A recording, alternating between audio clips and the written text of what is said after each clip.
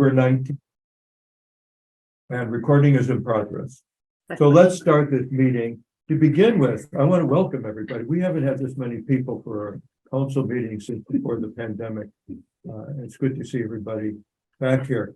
It might be a good idea if we all kind of introduced ourselves so that I certainly know some of the people, but not all of the people, and we'll give council members and everyone else a chance to know who we are. So why don't we start upper to my right? Who are you? Okay, I'm Keith Allen from Turner Lane. I'm on the Community Engagement Committee. I'm also the local weatherman here. And I hope we'll get started. And after we get through this first portion of the meeting, he will give us the weather. And moving on. Yeah. Hey everyone, so I'm Yasmina Madaris and I live on Shepherd Street and I'm also a new member of the engagement Of the committee. committee, yes. And next row. I'm Kristen. Where, next row back, where are you? Okay, Kristen, I live at 3502 Shepherd. good. And next, I'm Nick Jacobs, with part of the project to build the house. okay, great. And The house, which house? is it? The house? the house. Cummings. Okay, we have other houses that have been in the news, so thank you. Okay. Okay, Fair enough. thank you. Don't jump on everybody else. Exactly. I'm Paul Davio with Studio Z. I'm the architect for the Cummings Lane house. Good, thank you. And front row. Hi, Hiromi Mariola. I live in 3503 Cummings Lane. Good, Grove, 3503. thank you. Yeah. Matt Gordon, I'm from the law firm of Selzer Gervich, just down the street off the East-West Highway. When you say just down the street, where are you? East, near the high on school, East near West- DCC, it's right across the street. Oh, good place easy to get to, huh? Yeah, From here. And who do you represent? the developer, the Okay. property owner, 3417 and 19. Cummings Lane. Thank you. You've seen his name on all the leases. Yeah, I just- Back and forth. Good. Just for the record. Right, and back. Kirsty Mazel, with German Family Surveys, we did the civil engineering for this. Okay. Karen Hutchins, partnered with Nick Jacobs, developer and builder for these two properties. 4111 Leland Street, town of Chevy Chase. Okay, good. Thank you. Anyone else that I'm missing? No? No, I guess that's it. Mhm. Okay, so let me give you the order of business for tonight on this part of the meeting. We are first going to do this, which is historic precedent. I don't think the village has ever had an open building applications process. Usually it's done by the manager with our consulting engineer, and it's done kind of out of sight. But it is possible, and it's written into our code, that two council members can call for a public meeting to get broader input, to have a public discussion, and we have chosen to do that tonight. So here we are, first time ever. So the proceedings will go like this. First, an introduction of the issue by the staff, and this is the staff here, Manager Michael Silliman. Then a presentation by the applicant, that is the builders and owners of the Cummings Lane properties, as to why we should approve their building application. Council questions of that, of what we've heard so far, then possibility of resident questions or comments, raising additional issues, rebutting, questioning, whatever the builders have to say, the owners have to say, applicant rebuttal to that. And then at that point, the record closes. And then the council will discuss it amongst ourselves here in open meeting and come to our own decisions as whether to approve or not approve the application. I think that is the process today. Ron is here. Could you get that, look at that thing off the screen? The recording. Ron, do you want to add anything to my description of what's happening or So anything I else? would just add, Arthur, that the record materials enumerated 1 through 19 were shared with the interested parties and the council members. And I don't believe anything else has been submitted today, but if anyone participating in this hearing wants to submit new evidence, please make sure you either email me a copy or leave a copy with Michael so we can add that to the record. And because this proceeding is being recorded, please wait until you're addressed by the chair before speaking, and please identify yourselves again once more before speaking. Thanks very much. Okay, Ron, they may submit materials, but we're coming to a decision tonight, right? Correct. Yes. So before the record. Okay, with that in mind, let's begin. So the applicant of the building application, who's going to speak first on that? Okay. I can speak, but I think you said Michael was gonna present it Okay. for the order. I'm not trying to put you on the spot, but that's, Take it away. okay.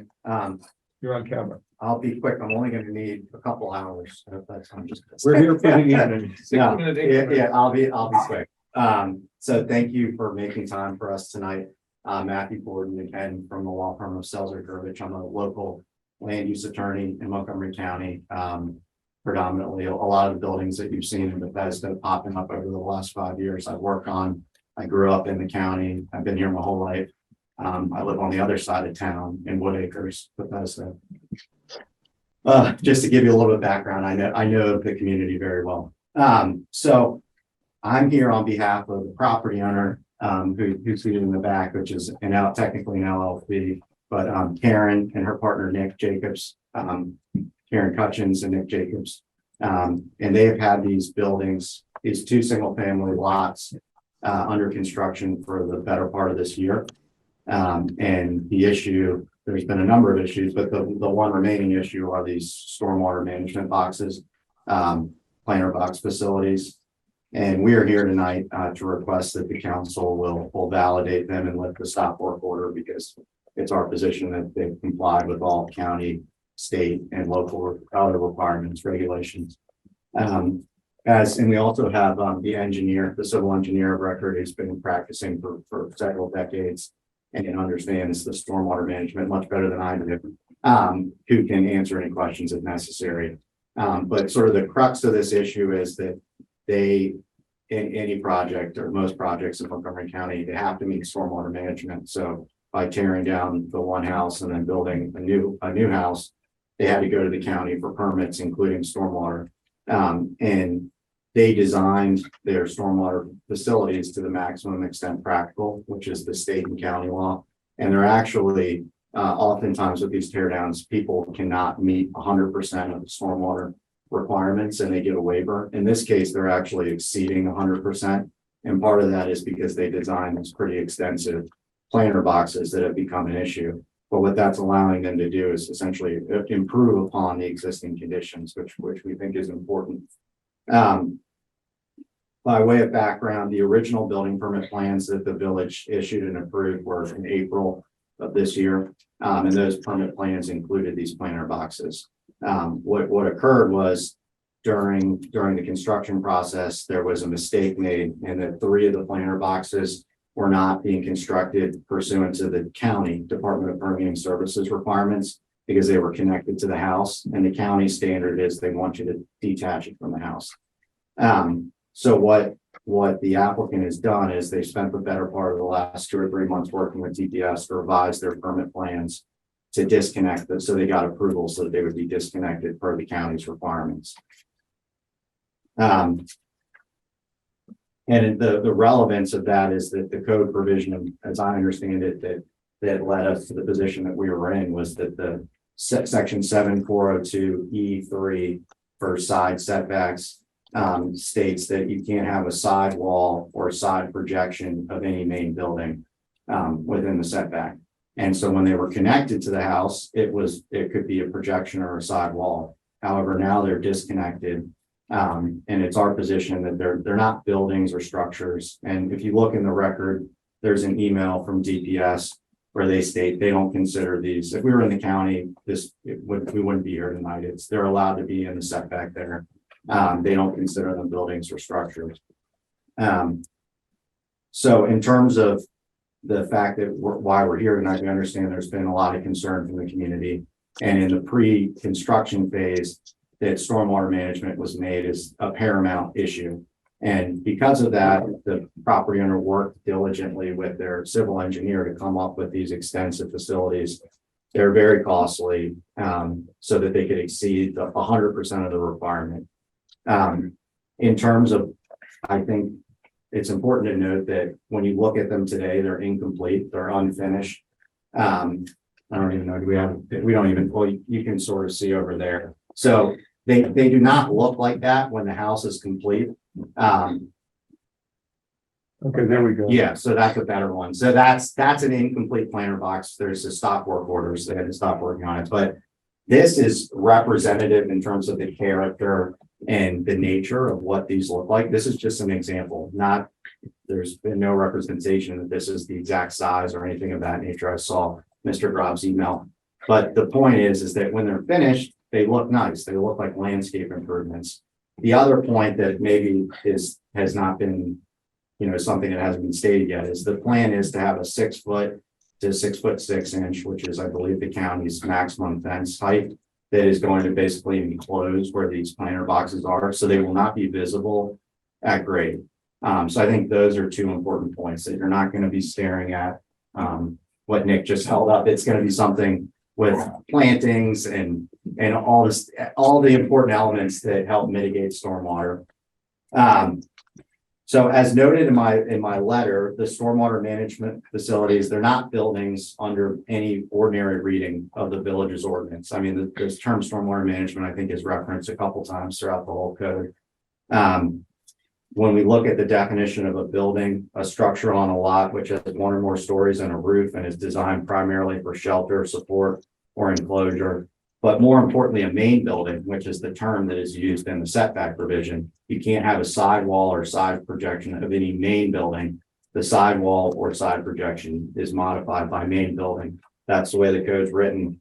A main building is a building which is conducted, the building in which is conducted the principal use of the property on which it's situated. This is not a principal use. This is simply environmental site design that they have to do per county requirements, that the village doesn't regulate stormwater management.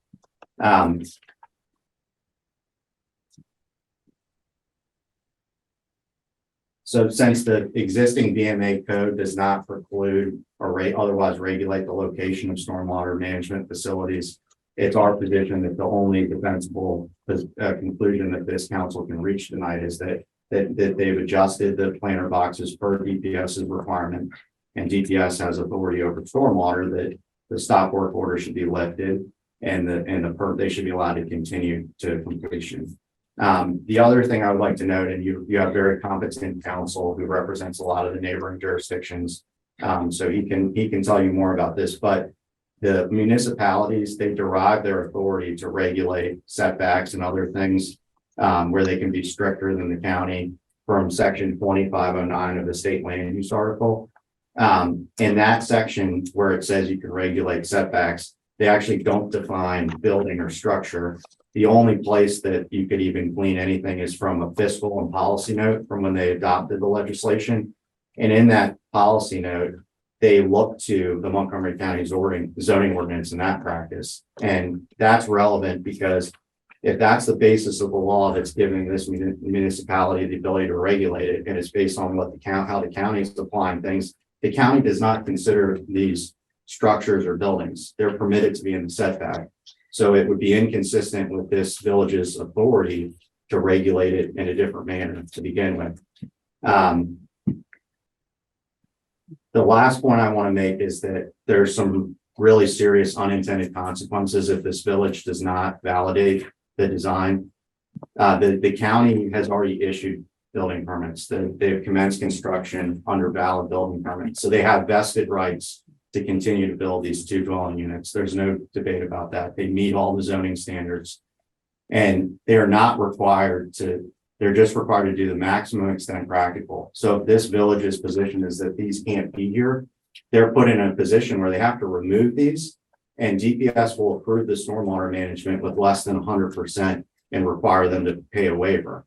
That doesn't serve anybody in the neighborhood because you're getting less stormwater management mitigation. So that's the result where we're headed, because our hands will be tied, and DPS they can't deny, they have to allow them to complete the buildings.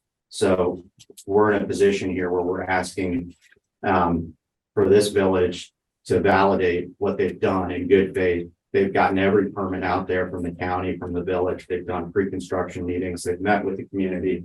They've tried to address their concerns, stormwater management, namely. And the longstanding precedent in Maryland is that once a property owner has started construction under a valid permit in good faith, they have the vested rights to complete that construction. So we would rather work with the village and the neighbors to finish the stormwater management design that will help improve upon the situation. But if you leave us with no choice, we have to go back to DPS, who views this the same way we do. They don't have any problem with it. It's not a violation of the setbacks there. And they're going to say, well, that's a shame. You're going to have to tear them out, revise the permit, pay a fee in lieu, and then you can complete your construction.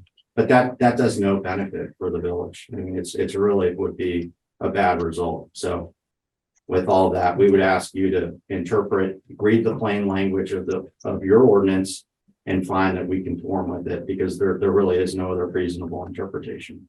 Thank you. Thank you. Thank you. Do we have any questions, comments from council? You did mention that your plan is to build whatever maximum height fence is allowed around your property. Yeah, and Karen could speak to it, but the idea is to screen it further, although we think it'll look much better when it's grown in and completed, but it's to screen it. So you're not going to be looking at it at grade. It was like a wooden fence, not like a.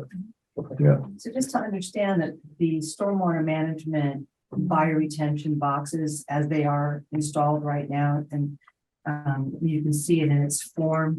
It's basically, the concrete with stamped brick. We're going to be stuccoing over that to match the houses, so they will disappear and be part of the structure.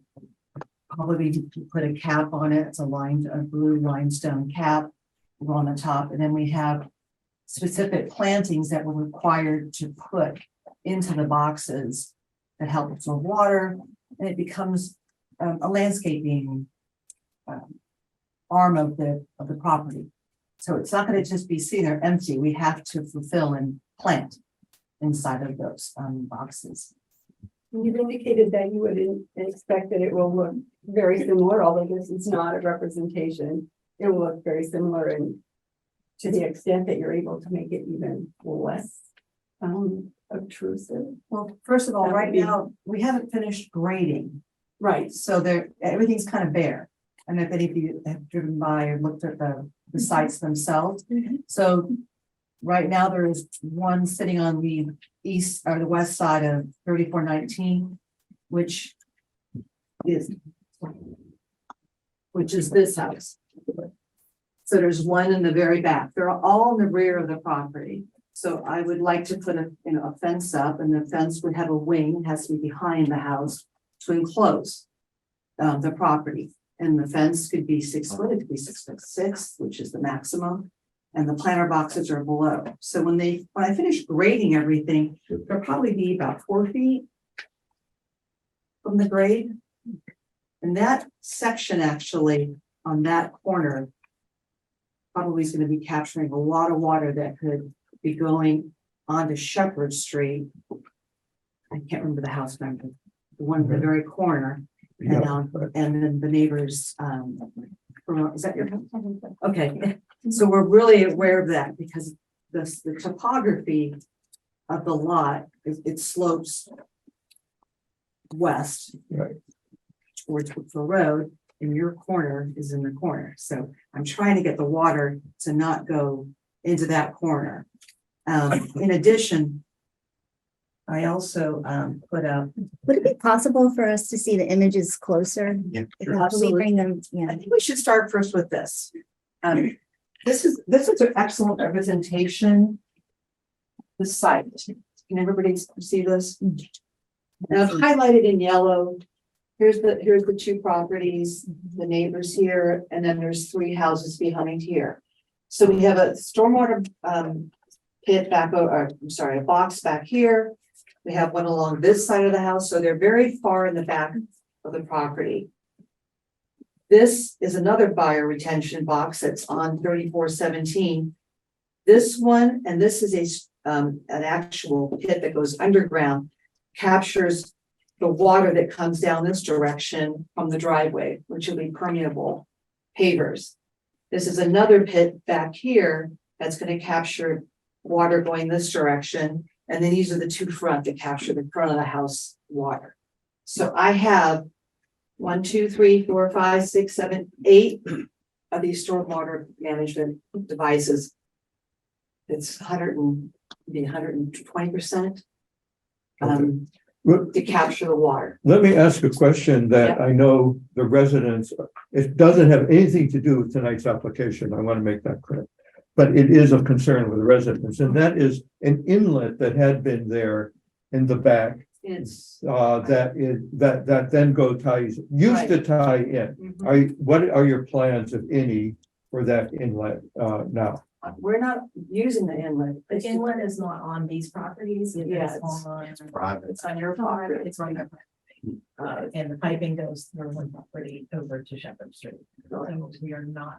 So you're not using it, tying in or anything? Okay, thank you. See, when we asked one of the engineers that we've been directed to, we were told that there was to be expected increase of water runoff to that inlet.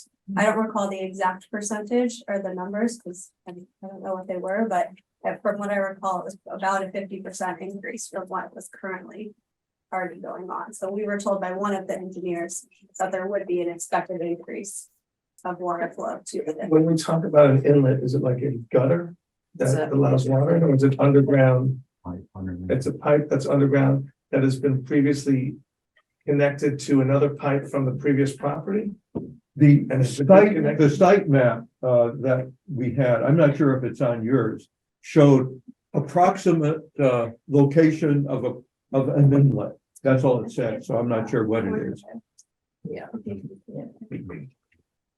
So I'm going to let Christie speak to that. Okay, because I want to emphasize again, this is not part of the application. Right. And this is just for our information, for residents' information. Of course. So what we Okay. found is there is and I spoke to Doug Longmire about it to find out if it was a town. Yeah. But it seems to be a private, there's no record of it.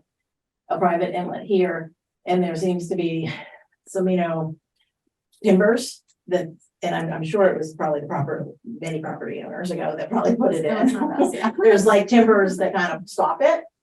And then you can see, I stood to here and you can see there's some cleanouts where the piping goes through and Right. around their house out to Shepherd Street. Okay, So, yes, and so that is where all the water is going now. That's where it goes, and like even the neighbors, couple, I don't know if it's whole block, I can't remember, that's been like a year ago since I did that plan.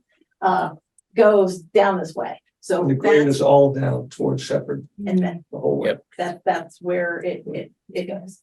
So that's why we wanted to propose all this. okay. And so you have, just to clarify again, you have no plans and you don't even know where there was a possible drain in between the two boxes, back in between the two green boxes. Here, No, go down, up to the top, down, right, to the right of that. Yeah. It was in the original site plan, it said approximate location. That was on your property. In between your, so what I think we have. okay, go. The existing house, their roof drains went underground. Right, So then it looked like there was Here. it probably went that direction to.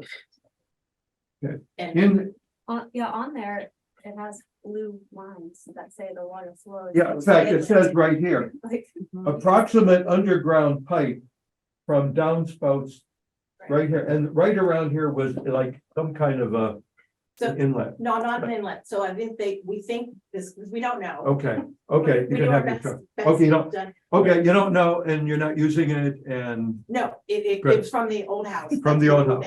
Got it. And then when the old house was demolished, they disappeared. Good, thank why- you. Why were we told there was to be an expected increase in water? Well, if that's the case. Well, it's more water because you're more house, right, on the property, and less less permeability and vegetation. Yeah, so there is more impervious area on the properties than was there before, because there was only one house, but we are treating, missing. For 3419 Cummings, the requirement for ESD for all the math and everything is we were required to treat 640 cubic feet of water.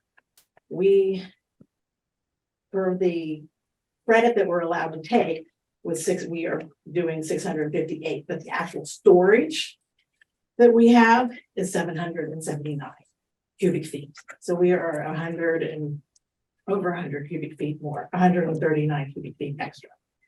And then have to do calculations for a 10-year runoff. But we do not the 10-year storm calculations, but we don't have to treat it.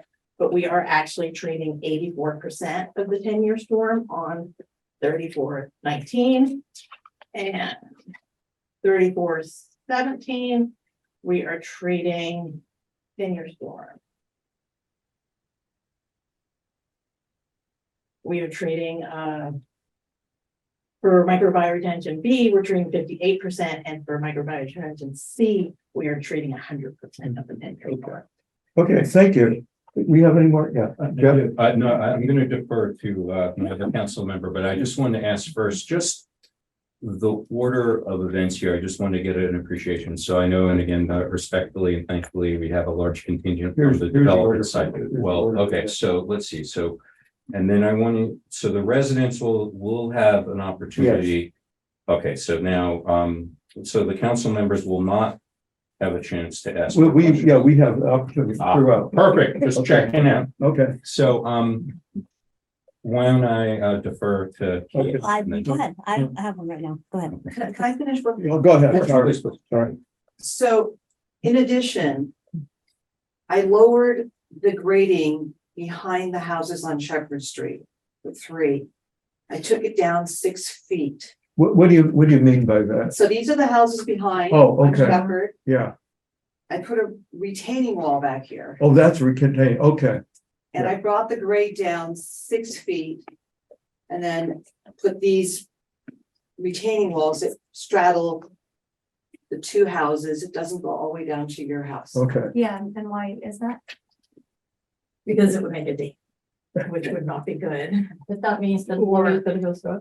All the people on Cummings. So all the water, so there's a retaining wall on half the property, but not on the other half, which is where my property is. So then all the water from the retaining wall will then flow to our property. Well, Is first that of all, correct? we are now 6 feet. No, 5 feet, 6 feet. Below where the original property was practically level to the houses behind on Shepherd. I brought it down 6 feet. So that's gonna be one heck of a storm to get 6 feet of water to come off of Cummings to go onto Shepherd. So the With purpose this of wall. that is that the water will, instead of flowing down the surface here, will flow down the surface, but will be dammed. It'll be down in the back of this In back. property with the stormwater retention pits that are back there too. Rather than flowing over a higher surface I mean, straight onto the. honestly, if we have this much water Okay. coming over the retaining wall into Shepherd, we won't be here. Because people have asked questions about why that was done, and they thought it was going to be terrible, but you're saying that it was in This fact, is in fact. making it less terrible. Everything, and the water's gonna come over to here okay, and be absorbed in the stormwater management okay, devices and pits. So, like I said, you have to get a 6-foot wave of water has to come from Cummings to Shepherd Street to get over to Shepherd Street neighbors behind me. And your engineers have figured out the risk of erosion and Erosion of the wall. the Of the land. vegetation in Yeah. general, just if So I the have- water is, that is a quasi dam. Obviously, something's happening there, is that, So I'm gonna be planting all along behind here.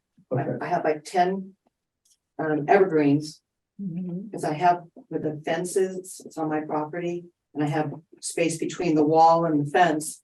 So we're gonna be planting every. It's like, I don't know how many feet it is, but it's quite a distance. That's gonna be all nice privacy water absorbing trees are gonna go behind here. Grass, and then I'm going to be planting all along here, putting in some new trees along the back, because I want to have this wall kind of go away. But this is a major device that I took the effort to get this down from the original house that was level, and now the chances of 6 feet of water coming and accumulating and then going over to the properties behind, I'm pretty sure is mitigated. Just one quick question. Yes. The wall, while not extending all the way, the grade is still the same where the wall does not exist? It's all below grade of the Shepherd properties? When you Hold said, okay. Yeah, so it goes to 2 feet 4 and then it still That's your. goes That's a your. little lower, like I said, lower. I've taken out, I don't know how many. 25 dump trucks of dirt that we've taken out. The existing house that was here before had like a pond in the back, and it did take some water, but before I started, we had meetings. One of the main concerns was that everyone was telling me how much water came from Cummings, Down to Shepherd. came across everyone's property on Cummings and then went to Shepherd and went down to Brookville Road. So I mean, it's a natural topography. And so our architects, our civil engineers took all that into consideration. So we're trying to keep the water on the property, and you can see by lowering the grade by 6 feet, Okay, really helped mitigate a lot of those concerns. any other council? Yeah, Yasmin. I'd like to just comment on that because I live right behind, is it 3419? 17. I live behind 3417. And I've been living in this house for 20 years, so I have a good sense of the water issues on Shepherd Street and coming from Cummings. I know primarily that Kristen's house has been affected by water coming off Cummings because of the topography over these 20 years. Those issues were mitigated because of the efforts of the prior owner in putting this inlet in and carrying the water to Shepherd Street. I myself was not particularly affected by water from the new construction. We had water coming from the other side of our property, but not from Cummings. However, now there's a new condition where Karen has built this huge wall, cutting into the roots of these ancient trees on what used to be Judy's property on Cummings. So the water's probably going to flow to the side of that. We do have a concern that the water will flow down that wall onto our house. In addition, I'm really concerned, and I spoke to Karen about this at the beginning of her project. I said, why don't you extend this retaining wall to Kristen's house? Because you're stopping it just before her house. She has the worst of this problem. So by stopping it, there's nothing helping her. You know, we have no problem. So you're putting all these, systems in that really, great. It's great that they're going to help us, but we didn't really have a problem before. But Kristen's the one who has a problem, and she's the one who needs the resolution. So What's the logic Yeah. behind stopping? Why did you stop the extending? wall at that? I mean, you said the dam, So but the dam is broken at one part, the most at risk part. And if I may, the Kristen's lot, that portion is the lowest. So even from 3417 to 3419, there is a decline. So along that wall, there will be water going down towards the corner of Guess why didn't you 3417. do it the other way around? Why did the wall not start at the property that abuts So Kristen's? there's county and state requirements and regulations that we can't block the natural flow of water. So any retaining wall, we can't, like on all my other projects, like it's part of our retaining wall now, that it can't impede it. Like we couldn't build a wall to stop the water and hold it on somebody else's property. Like we can't hold the water completely on our property because then it would back up into these new houses that eventually people will be living in. And so it's a county and state requirement that. we So can't given all the completely constraints, Dam up. given all the constraints, you figured this is the best you can do. Yes, we're hoping that the water, whatever, does what it does now. Right. It goes into that Which inlet. is going on to our property, which you just said there will be an expected increase in that from the retaining wall. When we asked why the retaining wall wasn't extended to our property, we were told it was because it was too expensive. To do. Who said it was too expensive? I'd have to go back through all of our notes. No one- We've contacted numerous people Again, throughout this process, again, the the county and the flow- village. I'm trying to understand the flow of water, and you can't impede the flow of water, though you, with your engineering. You The control water it. that is meant to stay on your property. Yeah. But still, there is a flow of water, which we agree will exist. That flow of water, I'm just trying to understand why, if the most at risk part, I know the water may flow there, but a wall could stop it the way it's stopping it in other parts of where the wall is, right? The water will also flow to the 6-foot part and not just to the 2.5-foot part. So my question is, why could we have not done it the other way around, for example, because the water will flow anyway?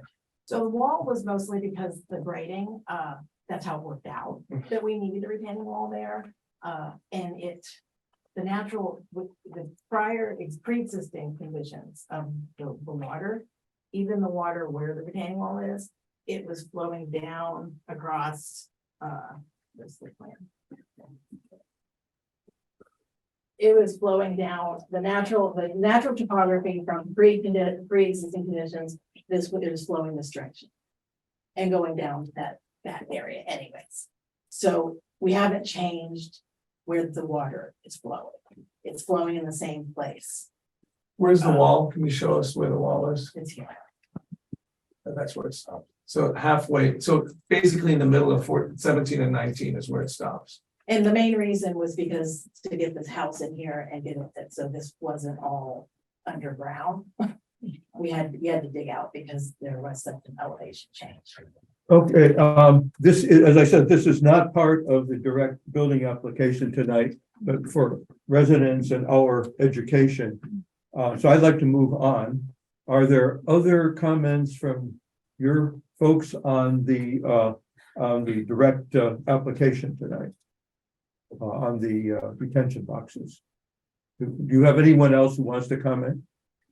Well, before the residents. it's your turn Residents next. will come up, When they're finished. yeah. And I just want to say, as we transition to the residents, I do have a few questions, but I do want to hear from the residents first. Yeah, they will be coming up. So any other comments from the builder? One, we like the residents speak and we're here to answer. Okay, next is presentation by the resident questions or comments. There is What? someone online. Oh, maybe he just dropped. Probably my husband, sorry. Yeah, no, sorry, that was me. This is Frank, Kristen's husband. Hi, everybody. Sorry, I've got our kids, so I couldn't be there in person tonight. I just want to add to the record. I know we're not talking about the retaining wall, but in the 52 different conversations I've had on this and been passed around different places between the county and everybody else, cost was one rationale, as Kristen referenced, and then grading and cosmetic was another one. I believe that one came from the surveyor. The county directed me to the third party that performed the survey.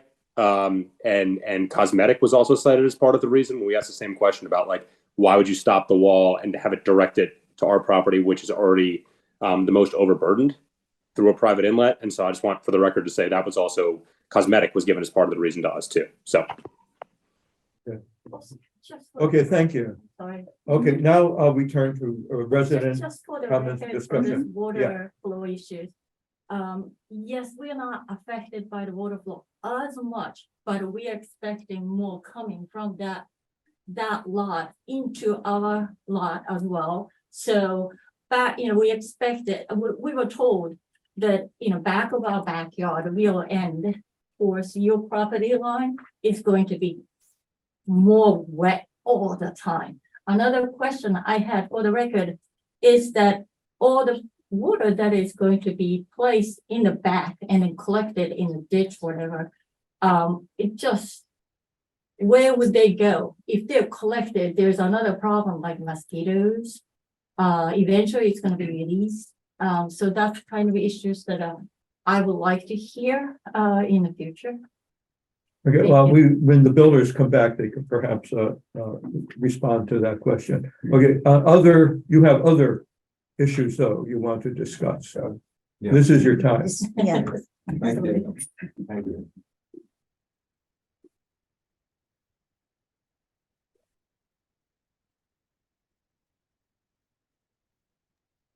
And great quick camera work from Zoom. Thank you, whoever's doing the Thank camera you. work. Thank you, Joel.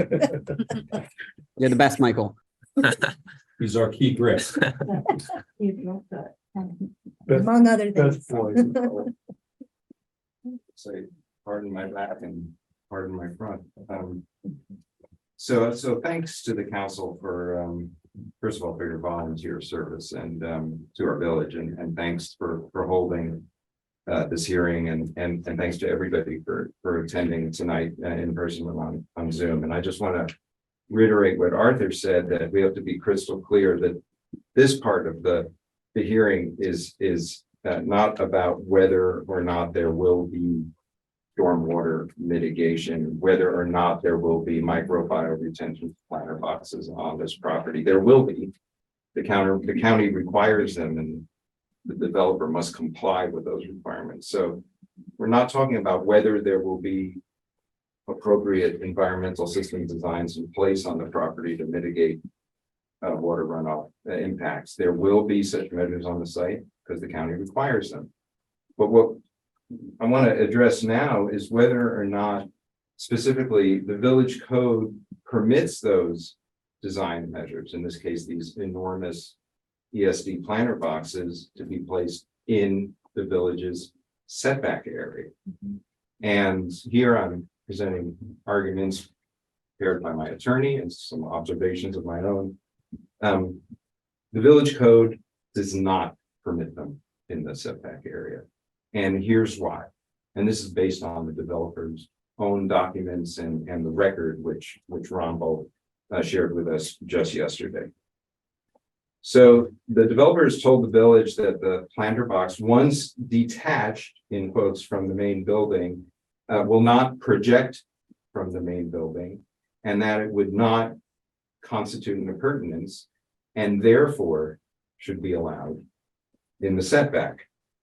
And the developers told the village that the planter box will be, quote unquote, and this is in the record, completely detached from the main building, and therefore not part of the main building, subject to the setback requirements. That is a factually incorrect statement on both counts. First, the developer proposes to create a new concrete wall for the planter box along the house's side foundation to create a little bit over 1 inch separation between the planter box wall and the main building wall. And then it's describing the planter box, therefore, as completely detached and not part of the main building. It's preposterous, and here's why. Even under the revised plans, the planter box remains attached to the main building at the foundation level. And that's clear in the revised drawings the developer has submitted. And it's also clear from the way the concrete was poured, which we have well documented in photos and videos, and I've witnessed it myself. And secondly, even if the planter box were considered detached, it's still in violation of the village's setback provisions. The planter box is specifically designed to hold up to a certain volume of water, rainwater, we just heard, as calculated and required by the county based on the specific design of this property, and to release only the excess water gradually to the soil.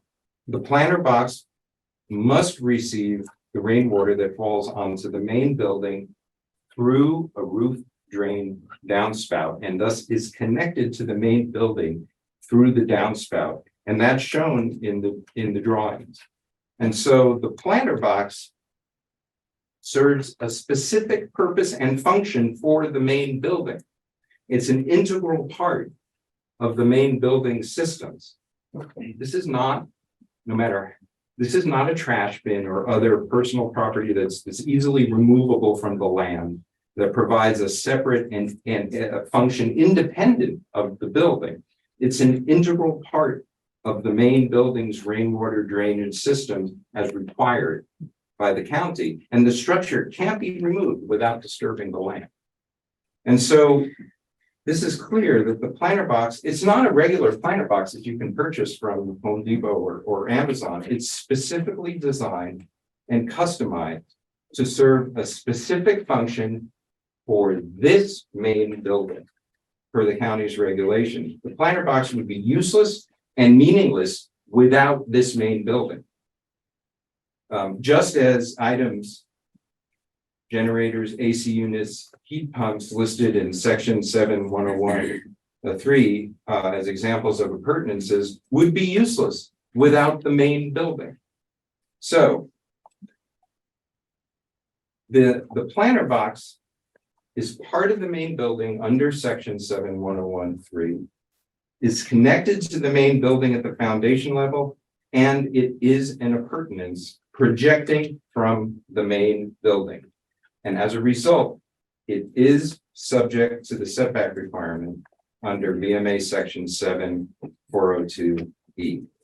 And it's pretty apparent that none of the exceptions under section 7402E applies here, given the size and dimensions of the proposed planter box.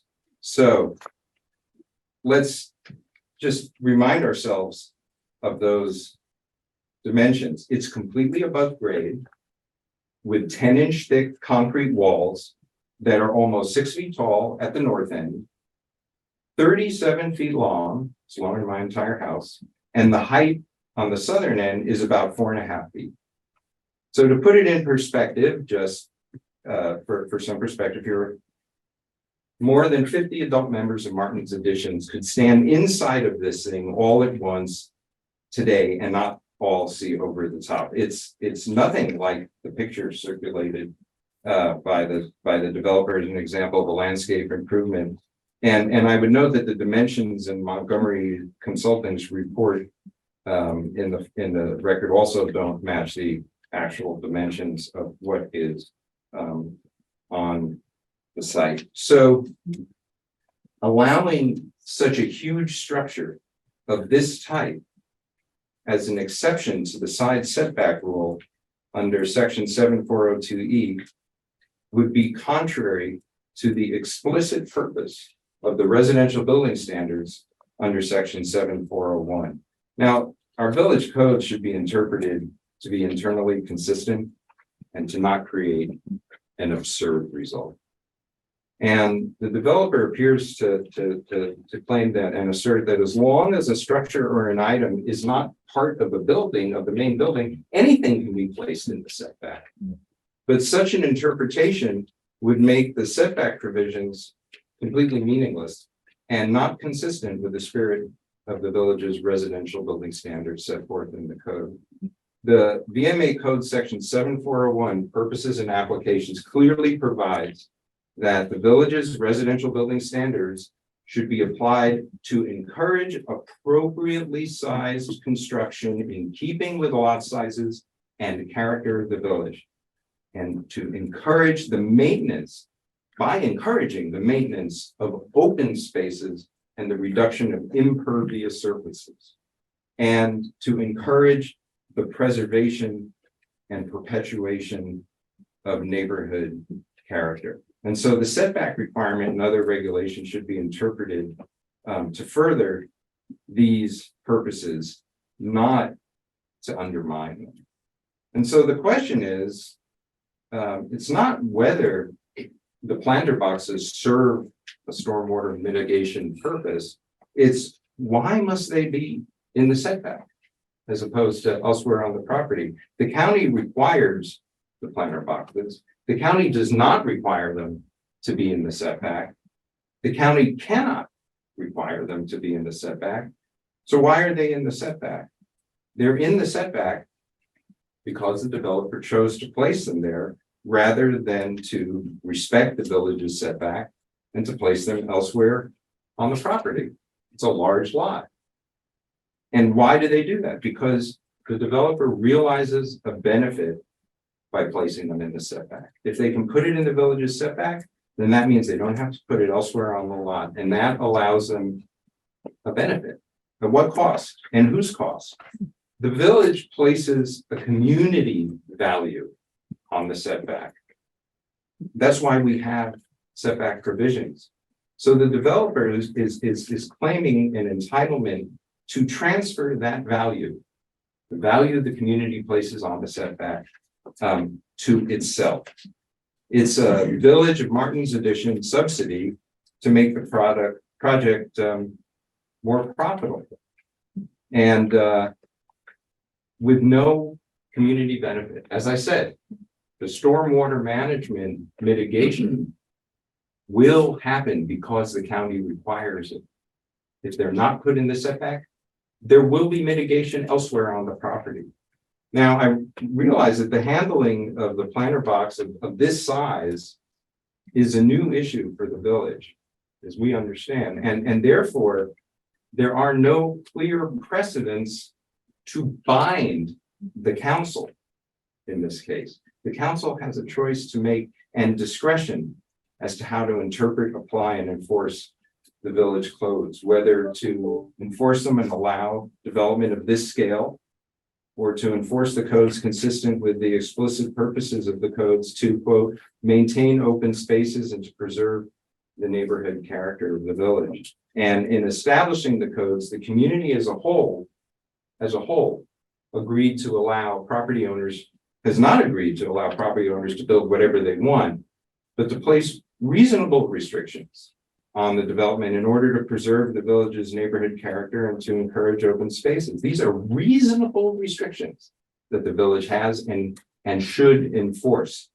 And we hope the council would interpret and apply those codes in a manner consistent with the spirit of the entirety of the code, so that the decision wouldn't result in an absurd outcome, rendering setback requirements essentially meaningless.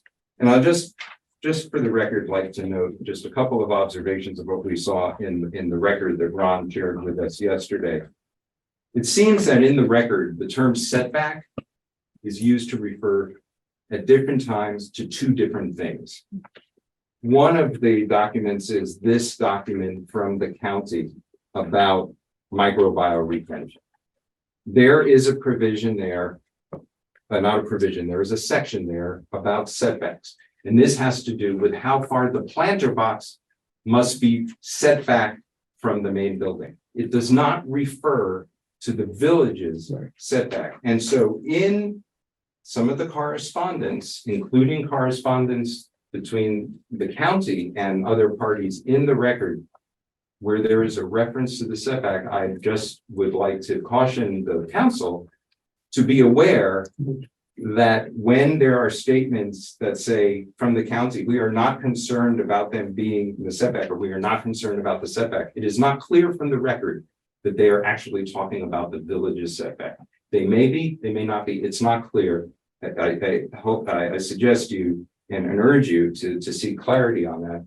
And in that, some of that same correspondence from the county on this matter by officials in the Department of Permitting Services who are making decisions about this, they say in the record, they describe these planter boxes as predominantly subterranean. They are not. It's clear they are not. And that has been evident in the record. This suggests that it is not entirely clear that the county's decision makers have full awareness, even if they may have reason to know or have material that would clarify that they are making their decisions based on a full understanding of the actual conditions at the site and what is being proposed. And finally, I would just say that the purpose of the county's stormwater management, sediment control and stormwater management regulations are in large part, not entirely, but primarily and in large part to have to do with water quality and preserving water quality and sediment control.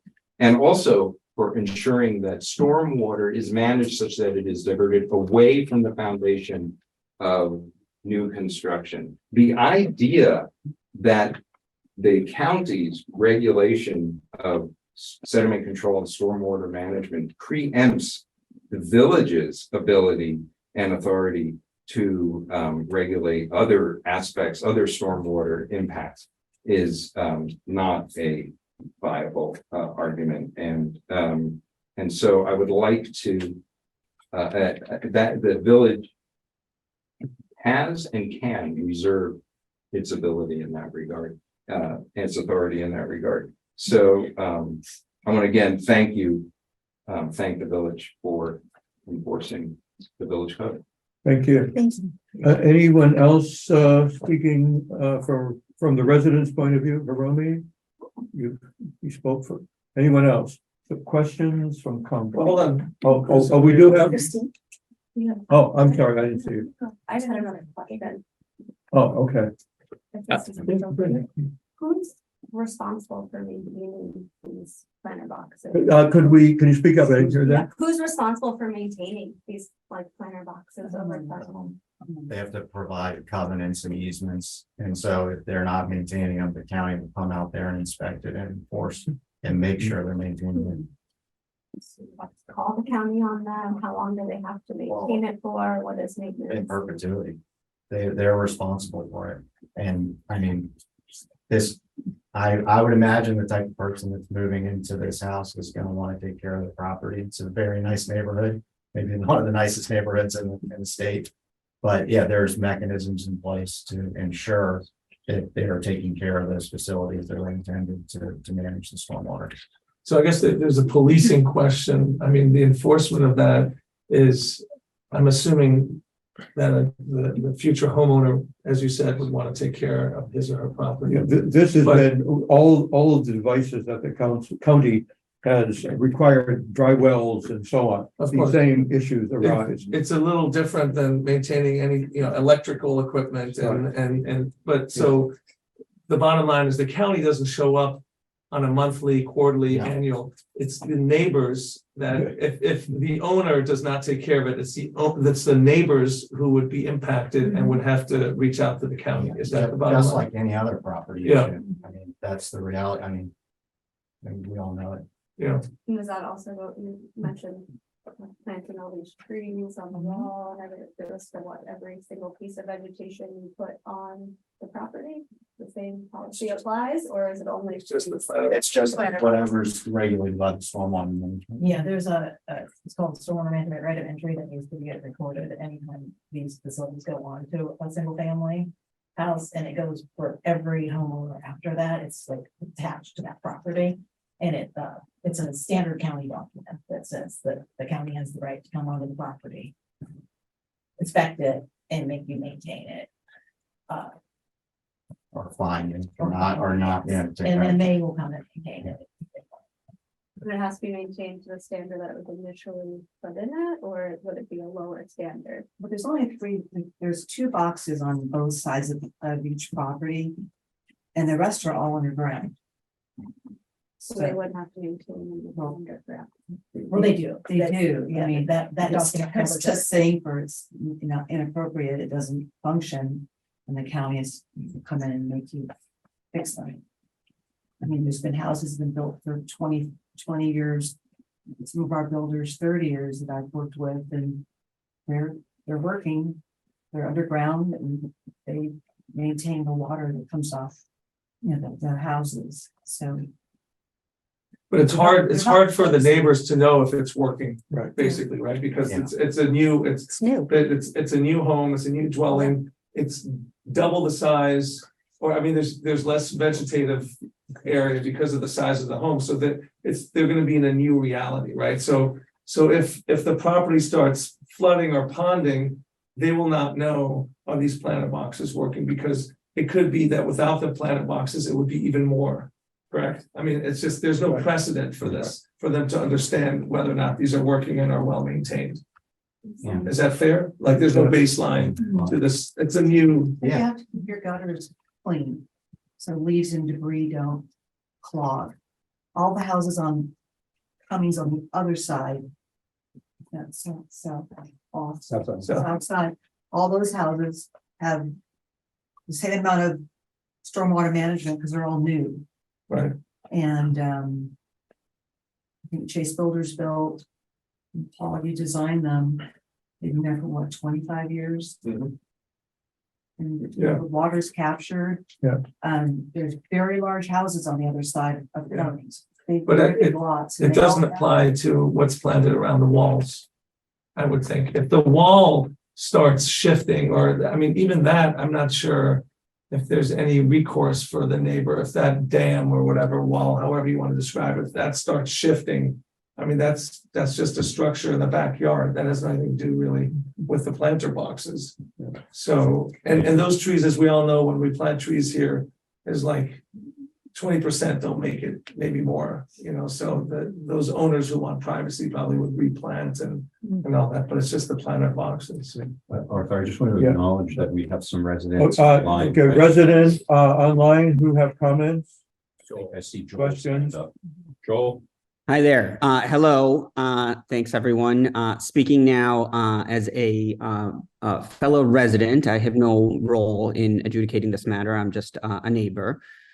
Look, I think a lot's been said tonight, and there are a lot of facts to consider, and it's easy, I think, to muddle and forget what it is that we're asking exactly. And I think it's pretty straightforward. I mean, I think Doug did a nice job of painting it, right? Which is either the planter complies with the setback requirements or it doesn't. In my opinion, based on reading the black letter of the law and the spirit of the law, it doesn't. I say that just on a personal level. I don't think it complies. I think, if anything, it's very clearly an attempt to skirt the letter of the law. It's an attempt to use the setback for a different purpose. The question as to whether or not there is a water problem that will emanate from this property, I think that's a totally different question. And that's one for the developer to figure out, not for the council to figure out, not for Doug and Hiromi to figure out. It's for the developer to figure out. They need to comply with the other many requirements on new homes construction. I think that the question before the village council tonight is really simple and straightforward. Does it comply or not?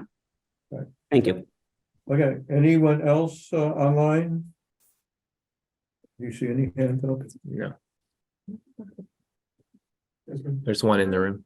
I would just like to add, and I really appreciate Doug, I appreciate the information that you shared with us and the way in which you set this question very simply. I mean, I think there are a lot of issues that arise in terms of these massive constructions, and they have irrevocably changed the character of our neighborhood, and they've definitely, for me and my family, changed the enjoyment of our property. There is nothing that we can do anything about. And it's not one of the facts that we, have to consider today. But I think that we did set about 10 years ago revising our code with the purpose of protecting the character of our neighborhood, protecting these setbacks was one of the means of which we were protecting the character of our neighborhood. Protecting our environmental enjoyment and safety, as well as we think of the ways in which the environment is changing. And we are, receiving more water and the impact on our property. I think all those things need to be taken into account in tonight's decision. And I appreciate the role that you guys are playing as our fearless leaders, as our council. And trust that you will make the right decision for this community. Thank you. Thank you. We have Marty Langland's hand is up. Hello, can you hear me? Yes. Okay, thank you again to the council for taking this very seriously. And I would just add one final note here from the residents, which is that this is an important precedent-setting decision. The value of our setbacks to me is quite high. The open spaces and the air circulation, quality of air, the room for trees. I mean, those setbacks, I think, are an essential component to the quality of life in Martin's Additions. And the precedent here, if the council allows structures in the setbacks, is to, in fact, remove from us villagers the setbacks that in one sense belong to us. That's why we wrote the building code, to make sure that those setbacks were honored and respected. So please think about the precedent you're setting if you allow this kind of structure in our setbacks. And again, I applaud the council 10 years ago for developing a building code that was more rigorous. precisely because it is important to the residents. And so thank you. Thank you. Can I ask another question for the Sure, developers? yeah, please. This is something that's come up in the past. I think it was stated this evening that you've gone above and beyond what the requirements are, over 100%. I guess my question is, we're obviously concerned with the runoff and all that, right? But as Joel pointed out, that's not why we're here.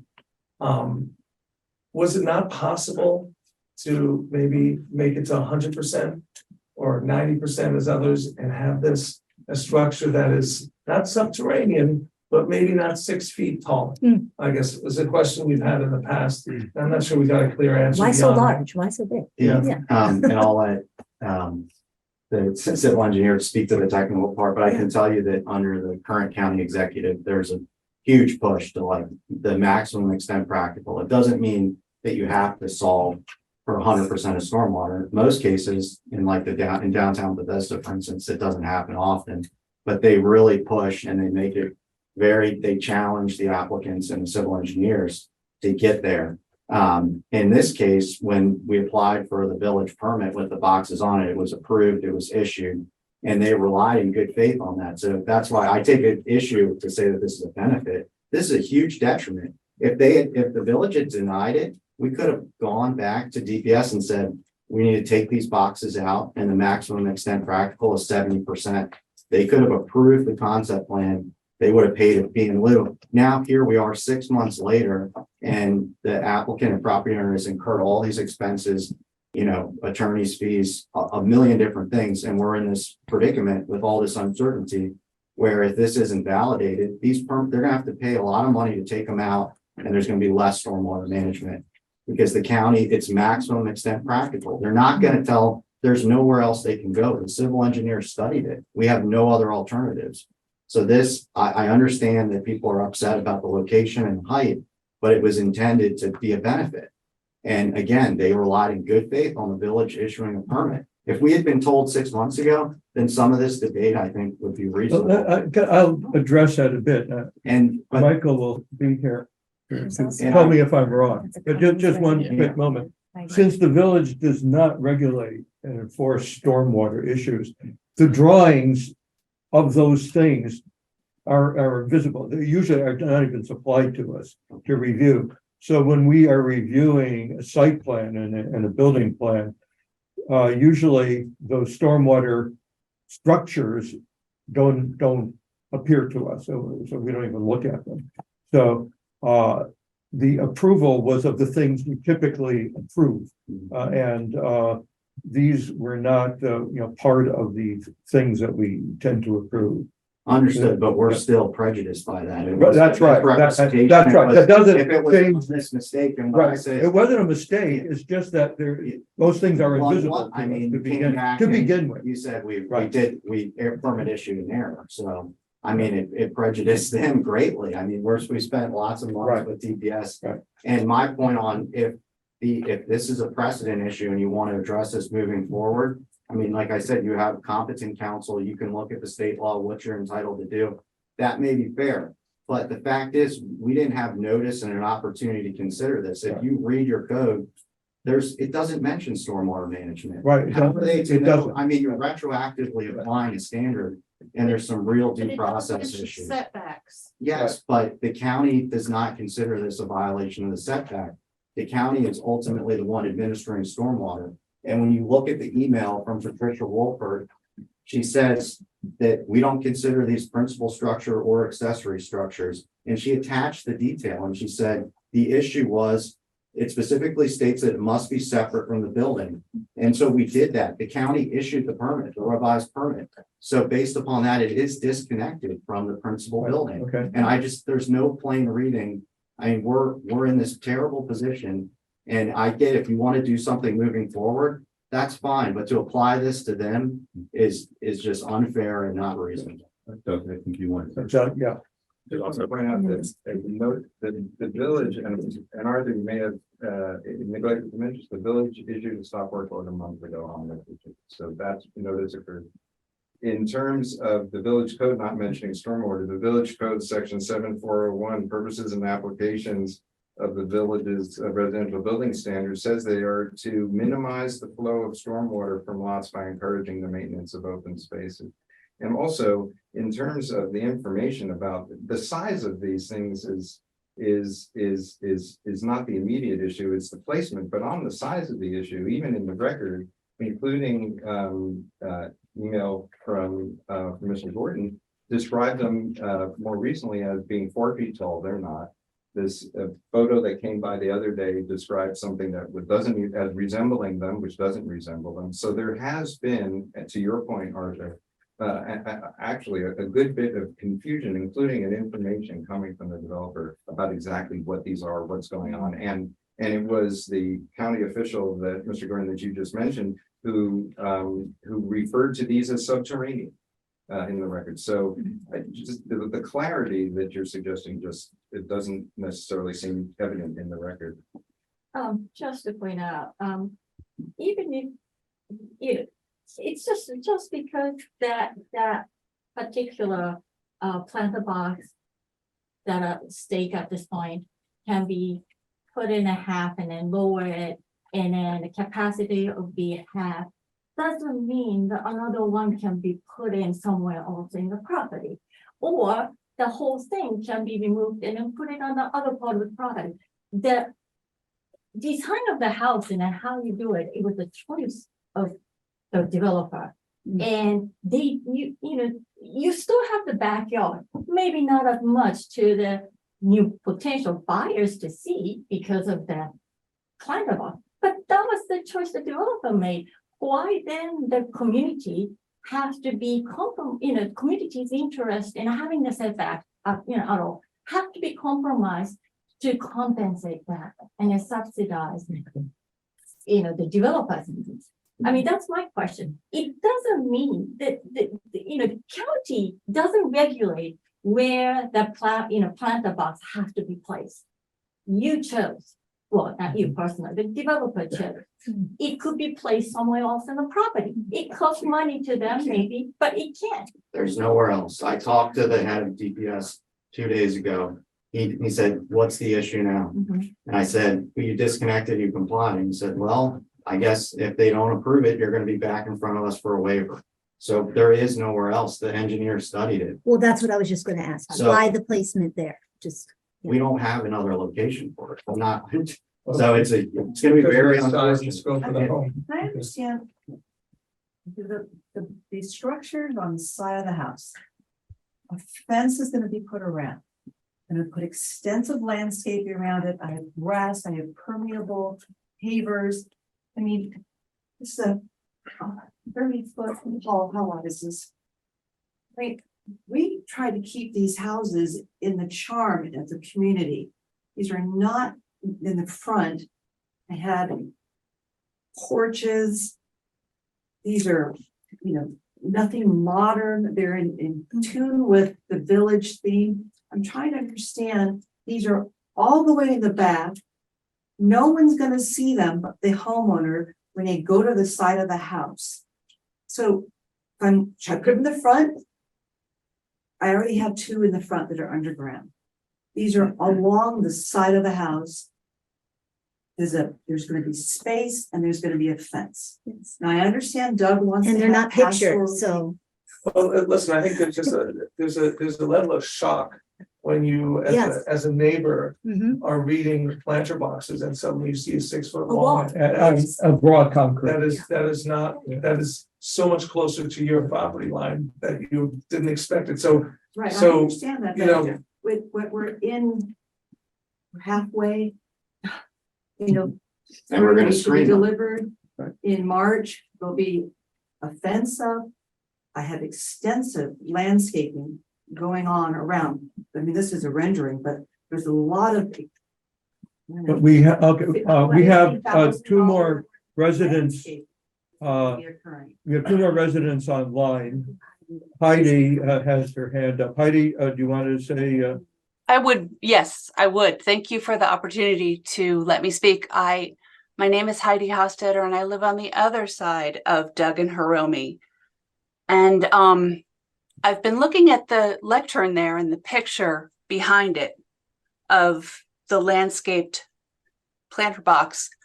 And I have to tell you that there's nothing charming about that planter box the way it is now. And even calling it a planter box is misleading. It is taller than a planter box should be. And I'm telling you, it is bigger than my first apartment. It is huge. It's an eyesore.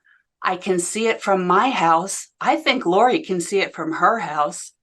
It's like a beacon of excess. And I think we need to stop calling it a planter box because it's a structure. I mean, it's huge. And I take exception to the picture that is behind the podium because it doesn't look anything like that. And there's nothing charming about it. I think that is also misleading. Okay, thank you. Naomi? Naomi. So, hello, my name is Naomi Nyerman. I would like to know if you can announce when the residents who are waiting to make comments can expect to be heard tonight. Usually we start the meeting at 7:30. Yes. Can you announce that, please? Yes, yeah, I did at the beginning, after these hearings are completed. Can you give us a timeline? No. Okay. Joel has his hand up as well. Joel, is your hand up? Thank you. Yes. Look, a lot has been said also about due process. And I do think that there are some important points here, right? Which is that the developer was notified many months ago that this was an issue for the community and it was brought to their attention. So if it has taken us this long to get here, I don't know what that's caused by, but we should take into consideration that approach. But there's two kinds of due process here. This is the due process of the developer and this is the due process of the community. I think that Doug and Hiromi have been expeditious and thorough in their approach here in bringing this to the council, and that there is due process that must be considered as to the community that has worked so incredibly hard to make sure that this was brought to proper adjudication. Thank you. Okay, thank you. Doug. Just in response, again, while I can appreciate the references to aesthetics and eyesores and waking up in the shock, that's not the issue for us. This is not about aesthetics.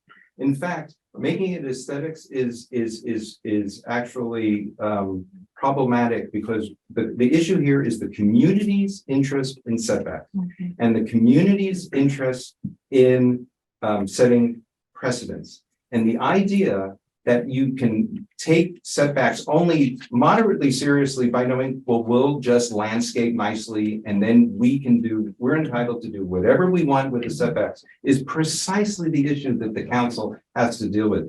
The planter boxes, as I explained, their placement in the setback is in violation of the village code. It doesn't apply. And the attachment issue, while it might for stormwater management and sediment control purposes at the county level, while that 1-inch detachment may matter, may satisfy that county requirement, that's a completely different detachment issue from the one that applies to building projections and appurtenances in interpreting the village council setback provisions. It's separate. It's not detached for those purposes. So it may satisfy the county's requirements for stormwater management and sediment control. It doesn't satisfy the detachment requirement under the village code for setback requirements, which is completely different. So please don't confuse those two issues. I have a question for you there. We don't define what a detachment is. If it's 1/10 of a foot, would you say 2/10 of a foot is a detachment, 3/10, 4/10? It's physically attached to the house at the foundation level. It's also attached by the downspout and the operation of it. Because we're talking about 1 inch or less. 1.2 inch. Okay, inch of separation as a separation and then making it as a separate from the main building.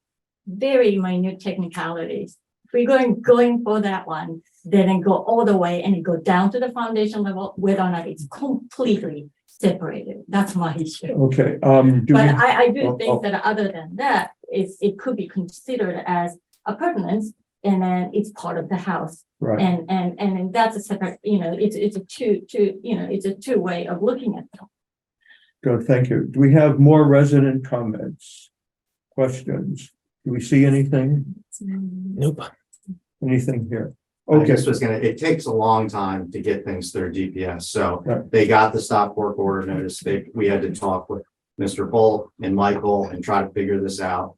And several months of getting through DPS to get the permit revised to satisfy their requirements. do you want to address specifically any of the comments raised? For example, attachment at the foundation. I mean, we're detached per DPS, who's the building authority, the permitting authority in this county. So we had to adhere to their requirements. I think the plain reading of your code, if you're going to apply this to stormwater, you need to amend it. You need to amend your code. And under 2509, you're required to hold a public hearing and transmit a copy of the local law to the county council. So because you can call it a building or structure, it doesn't meet that definition under a plain and reasonable meaning of your code. But if you're going to try to regulate stormwater, then I think you need to put people on notice, because in situations like this where they met with the village, they met with the county, they applied for every permit, they paid all the fees, they've operated in good faith, and now we're in this position. And I'm telling you confidently, if we can't get these validated, it's going to be a disservice, because they're going to have to be removed at great expense, and DPS is going to be granting a waiver. Because it's a taking. These are two buildable lots. They have to allow the construction to be completed. They satisfied all the zoning requirements. So I understand people don't like the size of the houses, but you can talk to the county council about their regulations. That's not in front of this council tonight. Are we gonna hear from Ron as we deliberate? Yeah, we could. Well, do we have? I have one quick question Yeah, for you. let's use If it. the Yeah. county were to grant a waiver, Wh- what does that look like? We Would there can't- have to be a new? We There can't, would be. Christie, can you explain all the analysis? What was the done? question The again? I question didn't- is, if a waiver granted by the county, what is the result? So for ESD, the state has a whole bunch of different things that we can use, and these fire retention plan rockets are our last resort. I couldn't put any more dry wells on there because dry wells have setbacks against each other and setbacks against the foundation. The good thing about these planter boxes is because they're in concrete, they can be right next to the house. And they can't be completely in the ground because they have a pipe that outfalls the water, because the water can't go anyplace else. So if they're in the ground, then they can't drain, which is a bad situation. And But if you they, have them in if the they, ground, in the front, it said, right? Subterranean in the front, Yes. so they're in the And- ground. Yeah, they're in the ground in the front, and there's access to get up, it's not too high, they can't get up and maintain it in towards the front of the houses. and if this is denied, and then or to the maximum extent practical, what does a waiver mean for? It means the dry property? wells, how many dry wells will stay, and the micro infiltration trench that treats the driveway coming down. So it would mean that there'd be the 2 dry wells in the front yards, 2 dry wells in the backyard, and the micro infiltration trench. And you pay the county a fee, essentially. But there would be more water flowing. Yes, it's a flowing off the disservice, property. and so I think if you want to take this up as a broader, big picture topic, precedent setting for future projects and put people on notice, that's fair, but Mhm. they've done everything, and this has been a huge problem. It's been detrimental and prejudicial, so I take issue with suggesting that this is somehow conferring a special benefit on them. Okay. Jeff, you have. Well, I did have, some thoughts and comments, but I'm wondering, if Ron wanted to provide, if he had any particular things he wanted to say, I'd rather hear Ron first, and Okay. I'll make a few thoughts. Okay. Ron? Well, I'm happy to answer any questions that the council has. No particular observations, random or otherwise at this point? Well, You I don't mean, I have- I you don't have certainly to. could make comments, but I want to be Here's careful a what I say question on. for Ron. Oh, okay, go ahead. So I think the bottom line here is guidance from the village council, SEL, CIM, as to the validity of Doug's point and the counselor's point, like, I mean, we're getting 2 very different interpretations of the law, spirit of the law and all that. But, and we have our own views, and that might be shaped further and by this conversation, but I would like to hear from Ron. As to his understanding and his and guidance, since this is an open discussion. I mean, this is, you know, I think we would benefit greatly from that. And there could be a rebuttal or, yeah, I mean, this is an open conversation, but Ron, please. Sure. Okay. So there have been good arguments raised on both sides tonight. A lot of the arguments raised would be appropriately or more appropriately discussed in a variance context. In this permit hearing context that we are in tonight, the issue for the council is more simple. It's one that requires interpretation of the code. Is this item or these items subject to the setbacks or not? Are they projections or appurtenances from the building? That's the question for the council to address. I think there are reasonable interpretations on both sides, and the council will have to decide which is the most reasonable interpretation.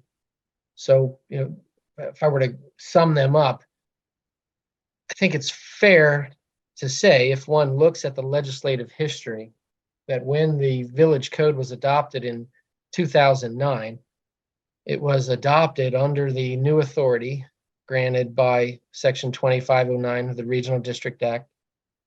And the council undertook the review of whether the county code was appropriate or whether stricter regulations should be drafted by the village.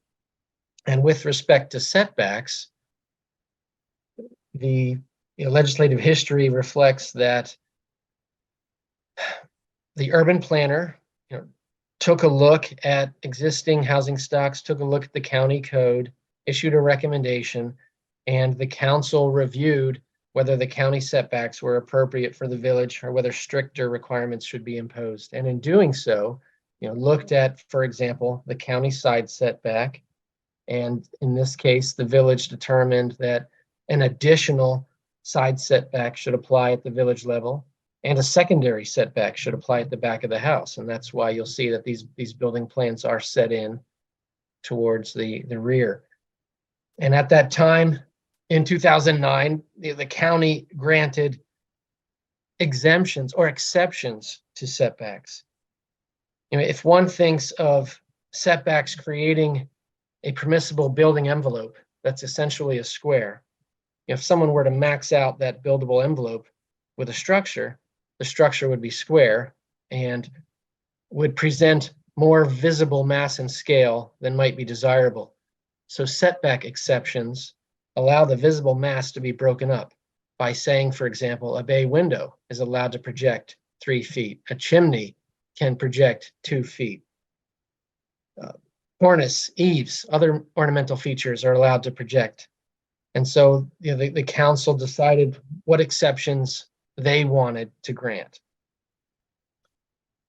So the two arguments here that we can make is, one could say, well, in 2009, we didn't have micro bioretention planners in mind. So therefore, they're not covered now. Another interpretation could be, well, our code provides a list of items, but the list is not meant to be exhaustive. It says, including but not limited to porches, decks, breezeways, steps, stoops, exterior stairways, bay windows, oriel entrances, balconies, vestibules, air conditioners, heat pumps, and generators. And when you compare that to the county code, you see that that list came from the county code. Those were the traditional items that folks had in mind in 2009, 2016, when the village amended its code. Interestingly, the county since then has changed its terms, no longer referring to projections and appurtenances. Those terms in the county code are now building features and mechanical equipment. So it might be fair to conclude that projections means building features and appurtenances means mechanical equipment.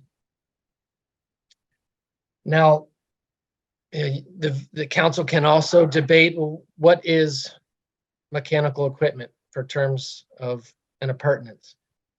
The county code does provide that a permanent rainwater collection or harvesting system is mechanical equipment that may project a maximum of 3 side setback.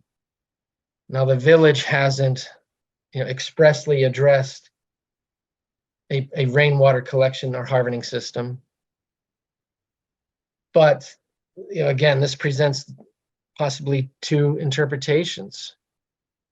Is a planter box a harvesting or rainwater collection system that should be deemed mechanical equipment subject to setbacks, but with an exception of 3 feet, an allowance of 3 feet? Or, again, is it something that the village didn't contemplate and should be addressed with a code amendment going forward?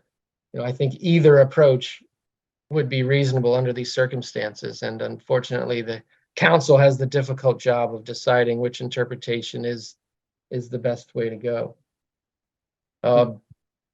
Looking at the bioretention design specifications, they do suggest that these items are typically at grade, because if they're introduced into slopes can impact their functionality, and the state specifications provide that they can be used in ultra urban situations. The county in its specifications dropped the word ultra, but still indicated that they're appropriate for urban settings. So I think this is a question of first impression, perhaps for the village and the county. Ron, one thing that you've mentioned in the past is that at one point, I don't know, 10, 12 years ago, the council did contemplate, was asked whether we wanted to regulate such things inside setbacks as play equipment, and this is from your list, outdoor kitchens, fire pits, barbecues, and so on. And we said no. How does that play into this? So yes, the county has over the years, decided what is and what isn't a building or structure for purposes of its setbacks. Because the definition of building includes something that has 1 or more stories and a roof, the county has in the past, for example, said an outdoor kitchen, which is a fire pit or a grill built into hardscape. And when that happened in 2016, as I recall, the village, I brought that issue to the village's attention, and the village decided not to amend its code to address outdoor kitchens, and decided to require permits for only those things that are subject to setbacks. So, for example, although something that is a projection or appurtenance to a house is subject to setbacks, something that's not is not subject to setbacks, like play equipment. So, right now, someone could put a swing set in a front yard or side yard, and that would not be subject to setbacks. Or a flagpole, or an outdoor kitchen, or swimming pool, or then you get into questions about gazebos. Right. Okay. So, do we have, Jeff, now do you want to say something? I did want to make a comment. And first of all, Ron, I just want to thank you for not only your advice, wisdom, but also reminding us that the council has a decision to make, and hopefully we will make it soon. I also want to just share, first of all, thank the developer team. Clearly these are difficult. These are difficult decisions. We're talking about many millions of dollars that are going into this, and all the thought and effort that has gone on that side. But I also want to, stress our residents, and recognizing there's been a lot of anxiety and stress, and recognizing that our decision is in the now based upon all the legal from both sides that have been shared. And also just putting in perspective that we realize, and as Ron had referenced, Arthur and many others, is that it's been a long time. Yeah. Since, the building code and other things were looked at here in VMA, and that's why we have a task force going forward. And this isn't about the idea that anyone has tried to skirt or do anything. It's just that we recognize that times have changed. Things have moved, the goalposts have changed, and we have to address it, and we will. So but the question today, is very specific. And I want to say, as a council member, I've benefited a great deal from the information that's been shared, and very compelling and very cogent arguments, truly. But I do want to just share and stress again, I'm here as a representative of the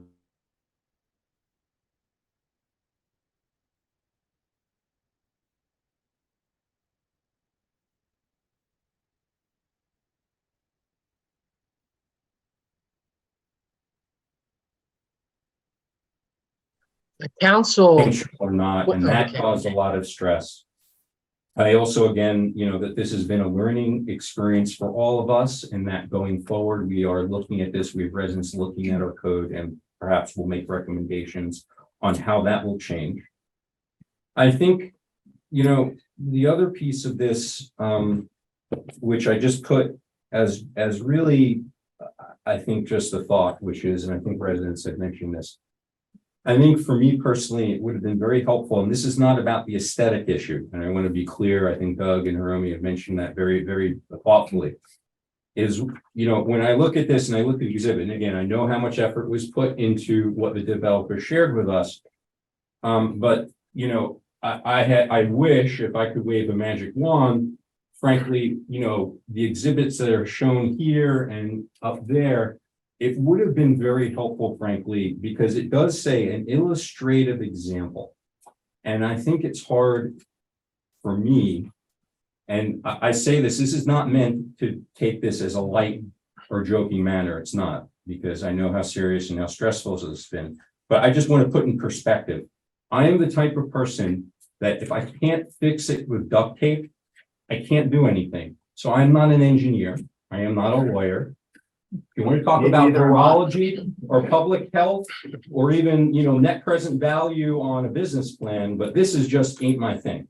So I'm just doing this from a common sense perspective. And again, I'm looking at this and, I wish again that for me personally, as someone who's looking at this at a common sense lens, I wish the illustrative example was something that I could relate to, but I do appreciate you came in with the additional exhibits, because I think that then really puts in clear perspective. And I would have been, again, I'm not saying this is part of the legal aspect of it, but it also would have been very helpful, for example, to have a comparative example of something that either you have developed and built or somewhere else in the county that shows what this would look like. And again, we're not here of aesthetics, but it would have just been helpful. So with that said, I'm going to just conclude the remarks and say again, very helpful.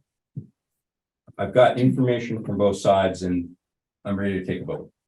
Okay, any more questions from the council? Questions, statements, assertions? I was just gonna say that the authority is, if you want to be stricter than the county, we have the evidence in the record says that the county allows us in the setback. They permitted it. I think you need to put people on notice and amend your code. That may be fair game in the future, but I don't think it's fair in this instance. And it's, it's unfortunate. Good, thank you. You have one last comment? Yeah, just that, the village, as you've mentioned, the village code, and as Ron mentioned, goes back years. It's been posted online. It's available to everybody. It includes, as Ron mentioned, notice that the village's setback requirements are stricter than the county's. It's no secret. And there's an additional second side setback requirement, which is strict. So on two levels, this is all known. So we talk about prior notice and everything from the get-go, from the very beginning. This was widely known. And so there was a choice made to move forward with a business decision, a choice that was made to move forward with a plan that involved building in the setback.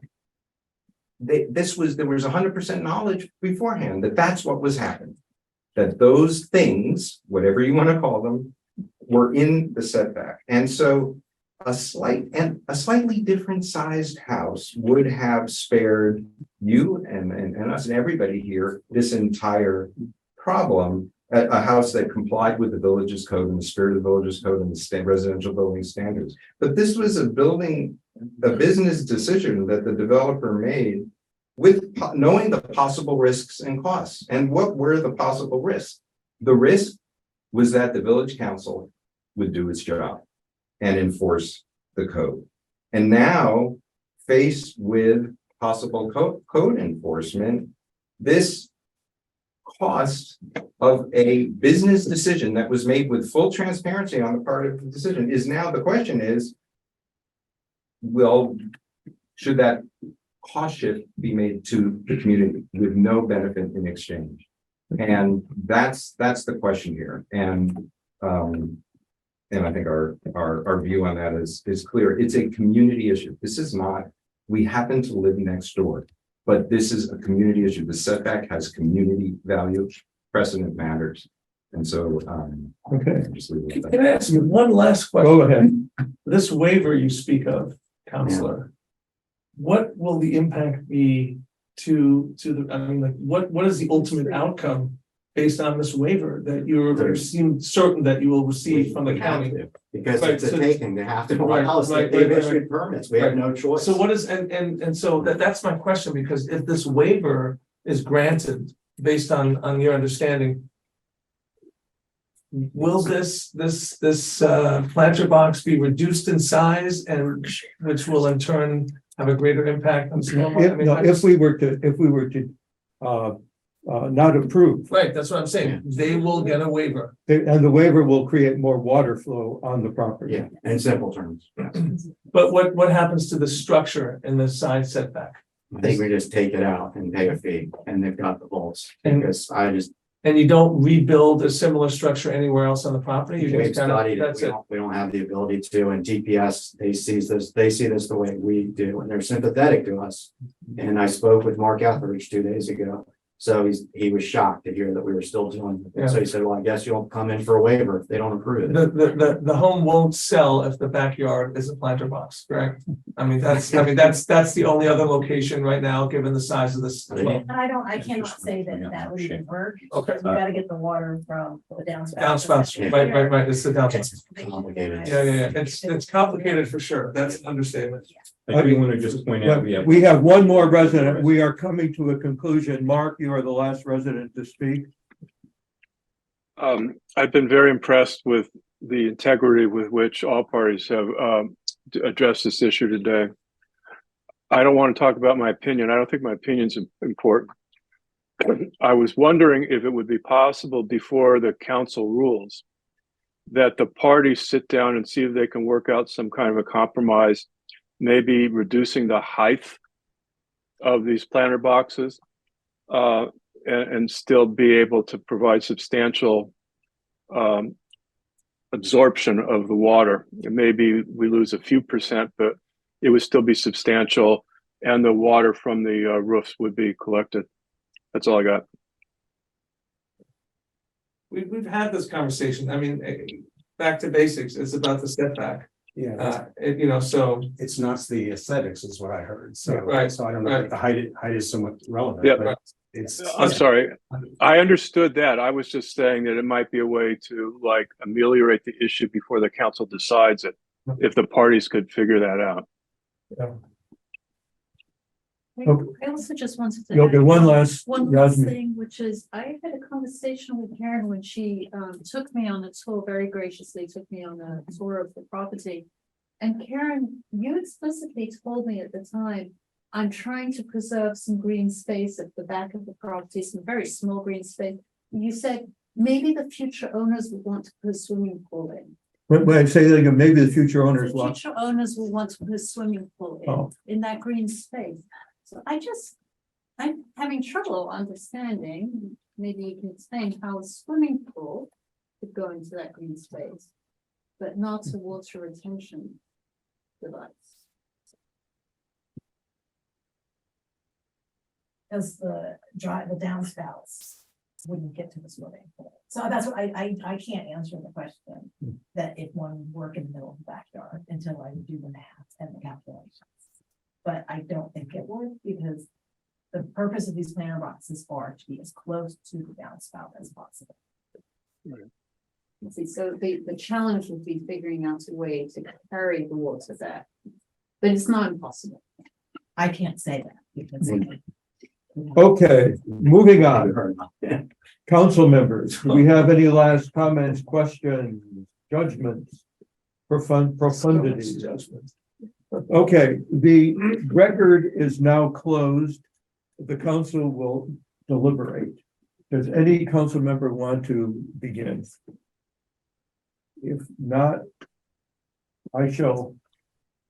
I see a nod from. It's good to be the chair. I get to be the chair. Okay, it'd be about 10 minutes. As I review all the evidence, listen to the arguments, I come to a difficult conclusion that we cannot revise the code retroactively. We have the code as is, we have the data as is. We have a future where we may want to revise things, but as I see it, the planter boxes, the bioretention devices are neither a projection nor a pertinence. They are separated. They don't fit the definition of other things, and we have reached a conclusion in the past that we are not regulating various kinds of devices that we might call, which I have called things, because structures have a particular definition, buildings have a particular definition, but there are things that could be put in the side setbacks that do not violate the code. So I am prepared to vote to accept the building application for those reasons. So one vote for yes. I would be delighted to follow up with Arthur, unless there's another council member who wants to jump in first. So I'll make the comments brief, but again, I want to thank all parties involved. I echo Mark Schaefer's comments earlier of the respectful dialogue, knowing that this is a very, emotional, at times contentious issue. I also, and again, not deferring decision-making to anyone other than who's sitting around this table in front of our residents. But I appreciated Ron's comments about there's a decision to be made because there are interpretations that I'm not using the exact language, but could go either way. And I think that's part of the difficulty of being on the council is you have to make sometimes decisions that aren't going to be, frankly, everyone is going to feel happy about it. However, I feel that there's been enough dialogue and discussion of opinions, facts, exhibits shared, where I'm actually going to vote in the opposite way. So I do not to deny the application. I do not vote in the affirmative. Okay. Susan. Unfortunately, I agree with you, Arthur. I think that if the county has deemed it detached, it, for our purposes, is detached.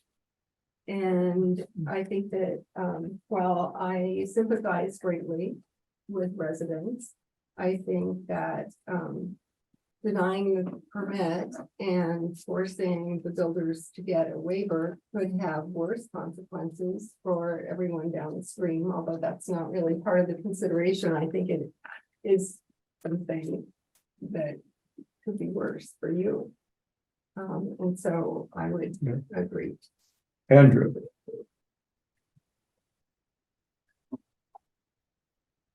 This is a tough one, and I really appreciate how much work you've put into researching our code and your interpretations and others working on this. I agree with Arthur that it's impossible for us to really retroactively impose new rules. And it's those rules that appear to be interpreted differently. Even our own village counselor is not giving us clear direction and there's something that's to be said in favor and something to be said on the exact opposite end of that spectrum. And just as Susan said, while this has nothing to do with how we're interpreting this, I greatly worry about the impact that a waiver would have on all residents that live in this part of the Who village. lives So, downstream? yeah, downstream or not even downstream. It sounds like even next door. So however difficult it is, I would agree with Arthur and Susan that To approve the application. Katie? I'm going to disagree, and I agree with Jeff. I think, I just remember when Doug came to us months ago, right, and said, what are these? What is this? And I don't agree. I think, I'm just for perspective, I live in a house that's 100 years old. I live in the house I grew up in. It was built in 1980. I don't have any flooding in my house. All my flooding is from new projects. That's not, I'm not blaming that on you. I'm not directing that to you. But my heart is always with the residents. It's time to revisit this building code. And no, I very much disagree with this application. Okay, so we have a vote of 3-2. The application is granted. And I want to say that on the next agenda for our very next meeting, I would like to bring up revision of the building code as a major item. We don't need a special committee to do it. The council can handle it with advice. So this hearing is completed. Thank you, everybody. And thank you for your tremendous efforts. We will now move into the next part of our council meeting. Do you want to give us maybe a 3-minute break to allow Well, let's people to take get a out? 3-minute break. In that 3-minute break, we can get the weather report. Okay, weather report time. Go ahead and do it, Tommy. You are still here. Please.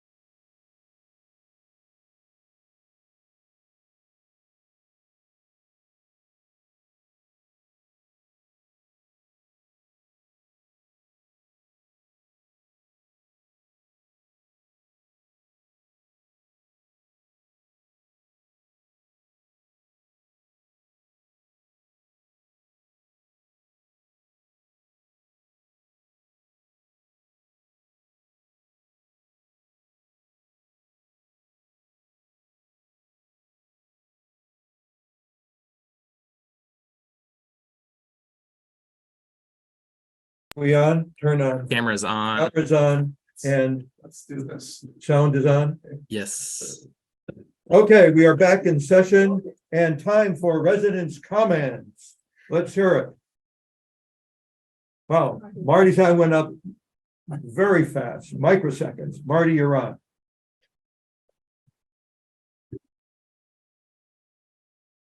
You're muted, Marty.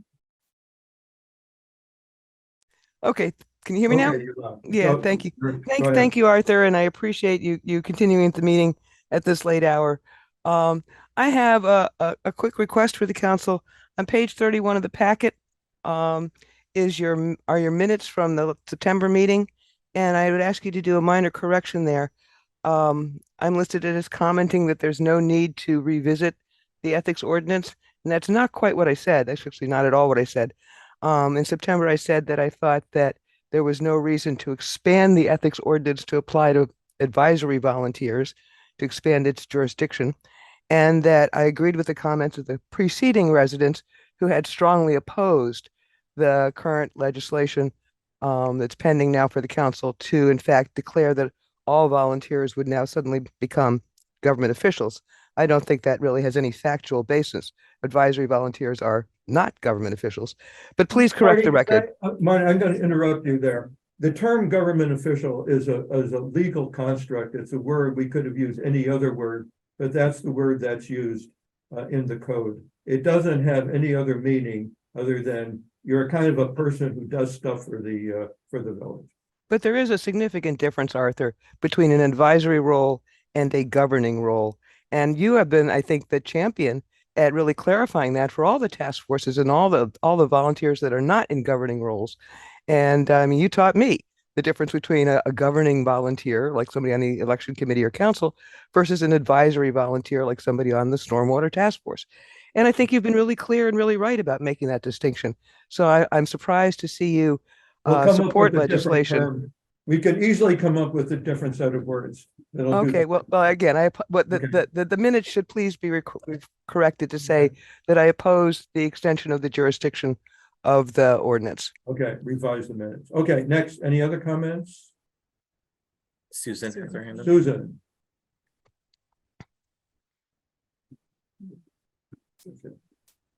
Hi, Susan, thank you. Go ahead. Okay, so yeah, I also don't think it's a good idea to expand the jurisdiction of the ethics ordinance to all volunteers. I think there's a difference in the types of volunteers. And I think even our own attorney has talked about other villages haven't been doing this kind of thing. And I really don't understand why this is coming up again. It seems that we just had a big forum. We've had survey questions about this in the past. And I think at the last meeting, it was said that, but at this point, if it's going to be brought up again, I'm presuming there must be a sense that maybe residents have changed their minds, that there's, that you all are representing residents. This is not just a top-down decision to suddenly bring this up again and make everyone show up again to say the same things they've already said. But if you really Interrupt you and tell you what's going on. I changed my mind. All volunteers, whether you're a government official, an advisory member of a committee, are all subject to the ethics code. So it's not like we're extending the coverage of the ethics code in a way. What we are doing is extending the due process and confidentiality that's written into the code to other people. So all volunteers are covered at this moment. We are extending the due process and making all volunteers getting equal treatment here. Okay, well, the only thing is that it sounds like what's happened is you've changed your mind, but it was stated that you wanted to get a sense of what people thought from the survey. Yes, And we will be doing that. Yeah, you will be doing that, but the clock should not be ticking yet on the entire amount of time that people can be, that residents can voice their concerns. I think, there's a survey question. We should have a forum. We had a forum before. And I think at the very least, let's go back and listen to the voices of residents from the forum from last year. Yeah, we will and now. have another one. Have another, because if we need to know, so many residents, there was overwhelming opposition to this before, right? It was not overwhelming. There were perhaps several handfuls who have strong opinions. Holly Worthington, you're on. I'm sorry, Arthur, I wasn't finished my you're not- comment. Okay, sorry. I'm sorry, but yeah, I wasn't finished my comment because it was specifically stated that one of the things you're doing is extending confidentiality or something to other residents. But if a council member is found responsible for a violation of the ordinance, as it is, because of confidentiality, people can't even communicate to the community that a council member did violate, that there was some problem. The only means of enforcement for a breach of the ethics ordinance by council members is a recall election. And currently, since everyone is bound by confidentiality not to publicize that there has been a breach, that there has been a report of violation by a council member, they're effectively immune from sanctions. So what's happening here, this is last two sentences. As a matter of conscience, the council, this is another resident has brought this up, the council should discard its own immunity. In other words, you should be willing to waive these confidentiality provisions when the respondent is a council member, and make the ethics committee report in those cases public. Because if you don't, what you're effectively doing is expanding the threat of legal sanctions to everyone who volunteers for VMA, while you have insulated yourselves from any. Everyone protected by this? No, yeah, every volunteer is under the ethics committee jurisdiction.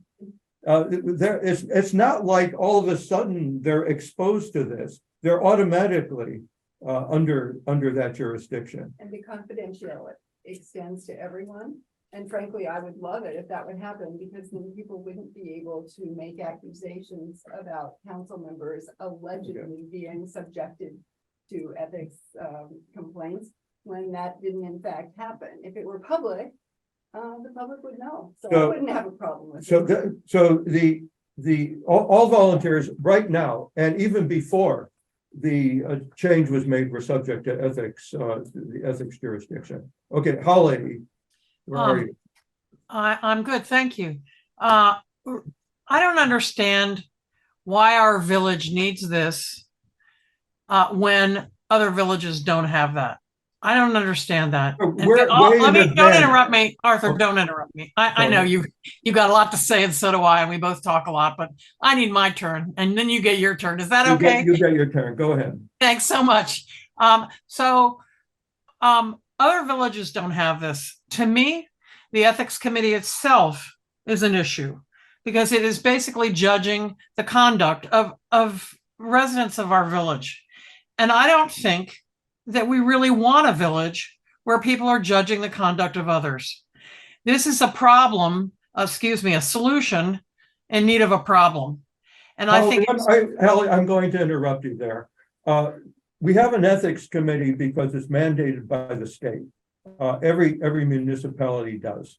How long have we had one, Arthur? It's in the charter. It was established. So how long that's not my question. How long have we had one? I thought we just have had it a few years. It's from the very beginning of the village, when we adopted the charter. It's been there. You've had an ethics committee? It was originally, it was designated as two committees, an election and an ethics committee. For some reason, lost in time, they operated together as a joint committee until I read the code carefully, and I said we should be having two committees. So in around 2010, or when I first got on the council, whenever that was, I said, holy cow, we're violating the charter by having one joint committee instead of two. So it was separated at that time, but it's written into the charter and required by the state. And so And the reason we're doing it, because we're way advanced beyond other local municipalities. Well, I hear you. I guess I wish you were a little less advanced because I think Okay. I think that we just don't need to expand any overview of what volunteers do or anyone else does. Holly, as I keep saying. You're that interrupting me. You're oversight- interrupting me, Arthur. I am. Yes, I am, because you're wrong. Wrong. Yeah, but you can tell me I'm wrong after I finish speaking, and then Okay. you can talk, and I'll listen to you. I can't Okay. listen to you when I'm talking, and you need to be polite, and I'm going to be polite to you, even though we're both very advanced. Even though So- you're wrong. Continue. Arthur, I'm always wrong. You're always right. So let's just establish that. I just don't see any reason for us to expand any of it when other villages aren't doing it. And if that means we need to change our charter, then we need to, number one. Number two, I think the fact that you changed your mind when everyone here has been through a giant process, it doesn't mean that this all needs to get opened up again. I don't think that's fair to the residents who've already been to a listening forum. The rest of the council's already voted. The people that were speaking in the listening forum were largely against any expansion of that. I think you just heard that said, and I think it's true. So I'm asking you to not reinstigate and open this up just because you changed your mind. I think you had a responsibility to vote in the way you felt was best. You did vote. And I don't think we need to be bringing it up every time someone changes their mind. I know you're making fun of me over there. I appreciate No, we're not making. No, fun. you're I'm not. just saying- No, you're not, but someone else is. No, But no. I want you, I'm just asking you to reconsider what you're doing. So Okay. thank you so much. Now you can correct me. Wait, I just wanna chime in real quick, sorry. So I just want to say very politely and respectfully, I'm gonna wait until I hear all the resident comments, whether it's to the ethics or other things, and then I was gonna make a statement regarding this, but I'm not laughing at anyone. I can assure you that because I take this seriously. It's not just around ethics. It's around how we consider the process of introducing any type of legislation. And I will share a couple thoughts, and I do want to say one thing. I think it's important to put clarity on this. Okay. This is not a personal thing at all. And I also want to share, again, to the chair, Arthur, I have incredible respect for him. And on many levels, on many things. Doesn't mean we agree on everything, but, and we will share, before we move on to probably the next agenda item, is Arthur and I have had a direct discussion on some things. I think, and again, I'll let Arthur, I don't want to put words in his mouth, but mistakes were made around some things around process. And I believe that before the evening is completed, we will have some remedies in terms of how we may go forward. But again, my comments tonight, I just want to share, while I have a lot of substantive things I'd like to share, it's going to focus on process. And I'm not there yet. I'm going to wait until I hear from everyone else, and then I will. Okay, Joel? Yes, thank you. First of all, Holly, I was smiling during the presentation because I was appreciating your outstanding advocacy. I thought you were very eloquent and well-spoken. Look, I want to compliment the council on the first hour and a half of the meeting tonight. It was so deliciously boring and focused on substantive issues that are really affecting our residents. There's little water coming up from the ground on my driveway right now, destroying my driveway. Like these are the issues facing our community.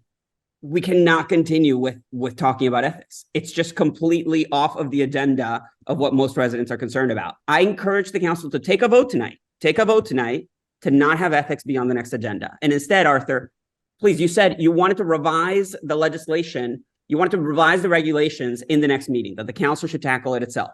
That's what the next meeting should be about. I mean, I can't imagine the broad round of applause from hearing this tremendous progress coming from the council instead of hearing again about the ethics committee. Please take a vote tonight to not have ethics on the agenda in the next council meeting. Okay, we'll do it. How about the month after? Yeah, maybe December. Yeah, December.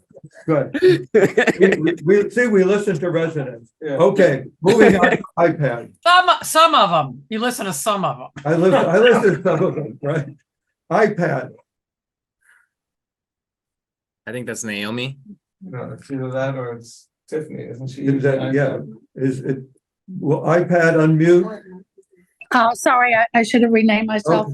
Okay, I hear Joel's sense of urgency, and I too am tired of talking about ethics, but I really believe that we are overreaching and that we're not far ahead. We're really intruding. And I would like to know from Ron, not right this minute, why he thinks that other municipalities in our near neighboring municipalities do not apply this to anybody else but perhaps governing groups, the council, the ethics committee. I can understand, but I would really like to hear from Ron what he says about that. And I would also like for the council to wait until we conduct a survey so that we can get lots of input from residents throughout the community and not just, as Arthur disparagingly says, a handful. I really object to the way you characterized the way that the rest of us who are really engaged in the community can be called a handful of vocals. It's not nice. what? Naomi, Handful is a quantitative term. yeah, well, it was very disparagingly said. It was only a handful of people who objected to the ethics. Okay. A couple of. That's not the way I would expect a leader Oh, okay, to speak. Okay. Enough Good. said. good, thank you. I'm gonna interject and just say that I know that you all really like each other because I talk to you individually and you enjoy the back and forth. That said, there is a disagreement here on policy. Okay, any other hands up? Okay, no, let's get on with the business. So Arthur, Yeah. not quite yet. Okay. I do want to, Okay, Jeff. appreciate it. First of all, I just want to say very quickly before I go into this, that I appreciate, as Joel had mentioned, the first part of the discussion that we had tonight is, the outcomes did not make everyone happy, but it was a substantive discussion that, quite frankly, I think our community desperately wants us to spend more time on. With that said, I'm just going to take in deference just a few minutes. I had shared with Arthur I would, and I'm just going to do it. And I promise you, I think it's an important couple points to make on this. Oh, sorry. Mute. Okay, so I'm just going to share something real quick. I need you to share. Let me share my screen. I don't know if I can do that. I hope so.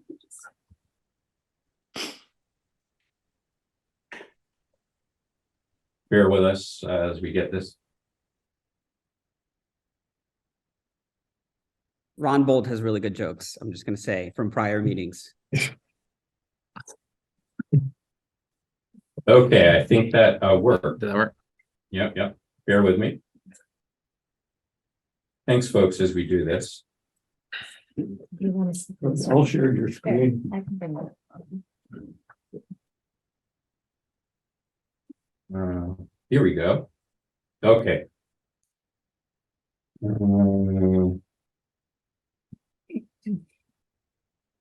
Work. Yep. I think we're good. Okay. Thank you for your patience, everyone, truly. Okay, here we go. I believe we're there. All participants. Okay. Okay, everyone see it? Give me a thumbs up on the, okay, I see Holly. Awesome, I appreciate that. Now let me just see, I can do view. And let's see, slideshow. Yeah, slideshow. Presenter view, I believe. And let's see, use, there we go. Okay. There's a couple other things later on. I'm going to do treasurer report and we're going to talk about admin calendar and survey. So right now I'm just going to do ethics and I promise I'll only take hopefully just a few minutes. And I want to just get back to the ordinance process. So this is a complex slide. I'm just going to read it. I'm not asking everyone to see every point. But I think it's really important for us to recognize the timeline and really the facts of what happened. And again, I respect everyone. This is not personal, but this is what happened. And I truly believe that not every council member here actually appreciates exactly the sequencing of what happened and in the weeds. And again, Arthur and I talked about this, and there's nothing here that we're hiding, or this is not a contentious issue. This is my personal opinion in certain things. So first, I think it was already mentioned, again, Arthur has already ad nauseum had stated that this is his decision, that he has changed his mind, and that really this precipitated these events. And the events, just so we can be very clear, took place on Wednesday, September 20th, the day before the open council meeting. And I think I want to also recognize, and again, I say this with all due respect, Arthur and others may have known that I was traveling, okay? And in fact, there were some responsibilities around that. And I'm just acknowledging that Andrew left the room and that Susan is shaking her head.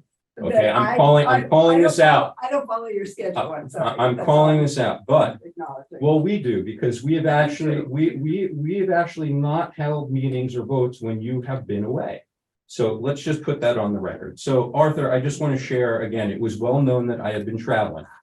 But here is the things that maybe not everyone understands or knows full knowledge of. And again, I appreciate Arthur has shared, after a great deal of reconsideration, discussions with fellow council members, I plan to reintroduce. Now, I just want to share, and I say this with all respect, I was not one of those council members. So again, you may have spoken to some council members, but I don't know who you've spoken to. So again, it was clearly, there was some discussions with a targeted number, and perhaps a targeted number who were in the affirmative of perhaps reconsidering and reintroducing. When that happened, and again, I had strenuously objected by email on certain grounds. Very basic. In June, when this had been defeated, okay, we had talked about that we would have an after action, which would be surveying our residents, because there is, again, we still don't know how many folks are concerned about this, right? We even heard tonight, it may be a handful, but then we know going back further, it was actually a lot more than a handful. So the idea is, very innocuously, let's do a survey. I think we all agree.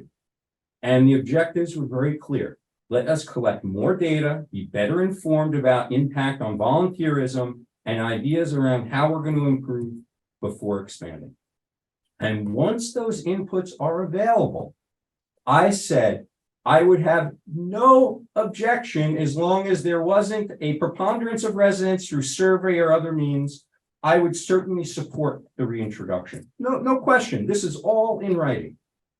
And I said, I believe we owe it to the residents and ourselves to have a thorough data-informed process. Okay, this is all there. So here, September 21st morning.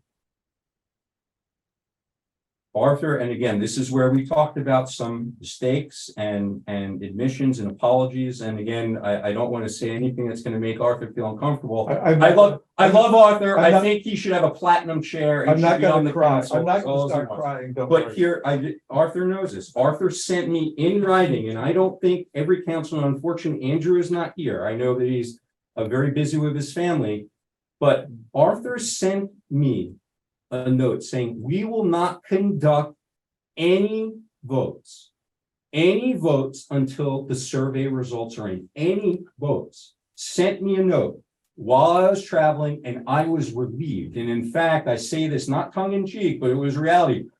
I wanted to send Arthur about 10 heart emojis on the note. Thank goodness. Because but then I was thinking, I'm that's what I'm doing, with my daughter is 11 and my wife. And I'm thinking, I don't know how Arthur is going to take that. So I refrained from the heart emojis, but I had a big smile on my face. Thank goodness. So then we know what happened. Okay, later that evening, and I want to be very clear and specific. I was at the United Nations General Assembly doing other business. And I can tell you, and this is not hyperbole, And I mean it, because I've taken this position, I ran because I love this community. If I were meeting with President Biden, and if I knew there was a vote, I would have stepped out. And I know Joe, who, takes the train and, loves the community, he completely understand it, and I would have. What happened was the chair motioned to take a vote to introduce after I had been informed that no votes of any kind would be taken until the survey results were in. And we know that it passed 3-1, and well, I wasn't there because I was told there would be no vote. How was I informed about this? I was informed about it because residents that evening, I started seeing my phone blow up and I'm like, oh gosh, I wonder what could have happened. And that's what happened. So just a couple more things. I want to put historical perspective on this because again, I'm stating there's nothing illegal. There's nothing that happened here that, I'm saying that Arthur needs to go to the ethics patty wagon or something like that. But I do want to share a couple things that are really important. So this is actually a screenshot, and I call it back to the future of introducing ordinances. And I don't believe in luck. I think this is a bit, serendipity and synchronicity. This is going back to Thursday, January 21st, 2000. I think the date is wrong. It's 21. And if you see, this is when the original ordinance was being discussed. And I'm not going to go into the original ordinance. This is not what this is about.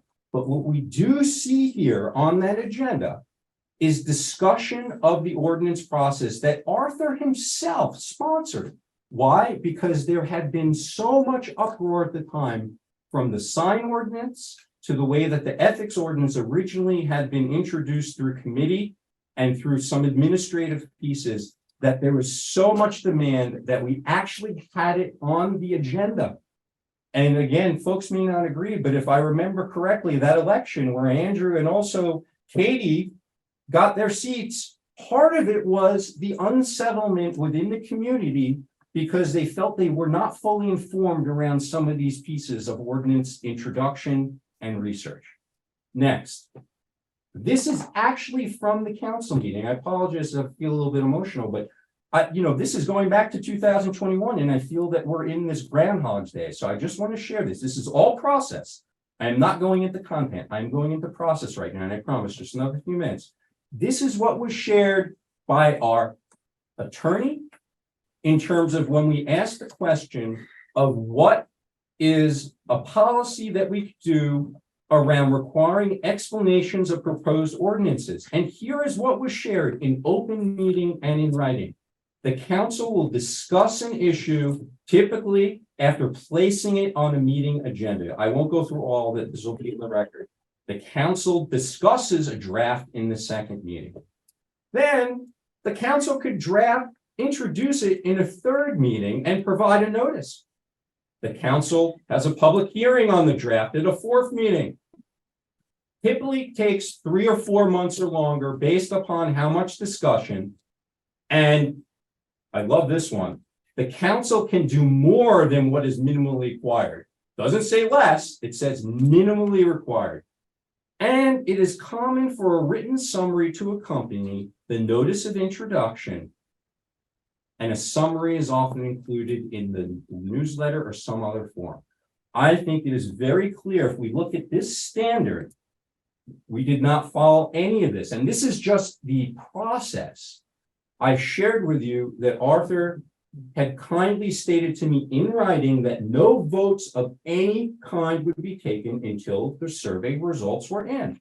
Next, Arthur, and again, this is not personal, I'm just sharing this. Arthur actually introduced this in that meeting. Proposed ordinance shall be accompanied by an explanation of need. The explanation, I'm sorry, this is blocking, should be updated as necessary to include relevant additional arguments, information, research approaches by nearby municipalities, and opinions arising from subsequent discussions, VMA resident listening forums, and reviews. Again, using just those standards of normative practice that chair and at the time council member Alexander had introduced, I scratch my head and I say, this doesn't make sense. But then I add on top of it that I had a written notice that said no votes of any kind would be taken until after the survey results. Now, I want to say one last thing, and this is not meant to elicit, smiles or sneers or anything. In all fairness, if I were sitting with the gavel right now, and I had done that, and I say this with great respect, but you don't have to, I'm saying it if I had done this to any other council member on an issue that they cared about, and I sent them a note and I said, I will not take, I had the gavel, sorry, just bothering me. I had the gavel in my hand and I said, I will not take any votes until the survey was in writing. And then I took a vote. I would hope every single council member would hold me accountable. And this is not about ethics, friends. It really is not about ethics. This is about anything. What if it were the sign ordinance? What if it was something else? So I am gonna just there and then, so I apologize. Jeff, while you're doing that, may I just add that I did text you and, because I knew you were traveling and I told you to check the latest agenda. So I just would like to clarify that. I did try to reach out to you to let you know the latest. So I'm feeling a little, this is directed at me. And I also voted, I was the lone person not to vote. It's not misdirected at you. That's not the intention. You did not see the note that Arthur sent to me. So I just putting it on the record. This is a note that was shared to me by the chair that no votes of any kind would be taken, full stop. Okay, so where do we go from here? Again, this is not about having folks storm the office. Okay, I just want to share. Okay, well, we could do nothing. The majority of council members in favor of voting for the adoption in November. I think we heard clearly that, and folks said, December. Joel had mentioned, let's just make a commitment, it'll be December. And I think that's after when the survey results will be in. No, we said that we would not discuss it on the December agenda. On the November. No, we didn't say we're waiting until. Oh, so then okay, great. So, I mean, I don't think. well, I will make a motion. That is one of my motions, but so we do nothing. The majority of the council who approved this to begin with can say, we are going to have on the next agenda, November, that they will hold a vote on adoption. And just putting in perspective, that will be before the survey results are publicly released and analyzed and shared. I on the will suggest that we do it in December. Okay. So, and then, well, again, let's be respectful to each other. This isn't about making me happy. This is about respecting our residents. This is about respecting any legislative process. Okay. So this is not about making me happy. The next piece, again, and I put it out there, is frankly, and again, I'm not, I think honestly, should withdraw this until after the survey results are in. Listen, we know that we have 3 council members, and I'm not saying that again, this is not personal, who I think have decided that this is what we should have for our village. And I appreciate that. I do. I'm not trying to say they're wrong with that. So, but if we are so confident in that, I see no reason why we shouldn't withdraw it and then reintroduce it after the survey results are in. And I'll explain why. Because if we don't do that, you still create undue pressure on this community because you've started the hourglass. And there was no reason to do that because, again, we said we would not do it until after the survey results were in.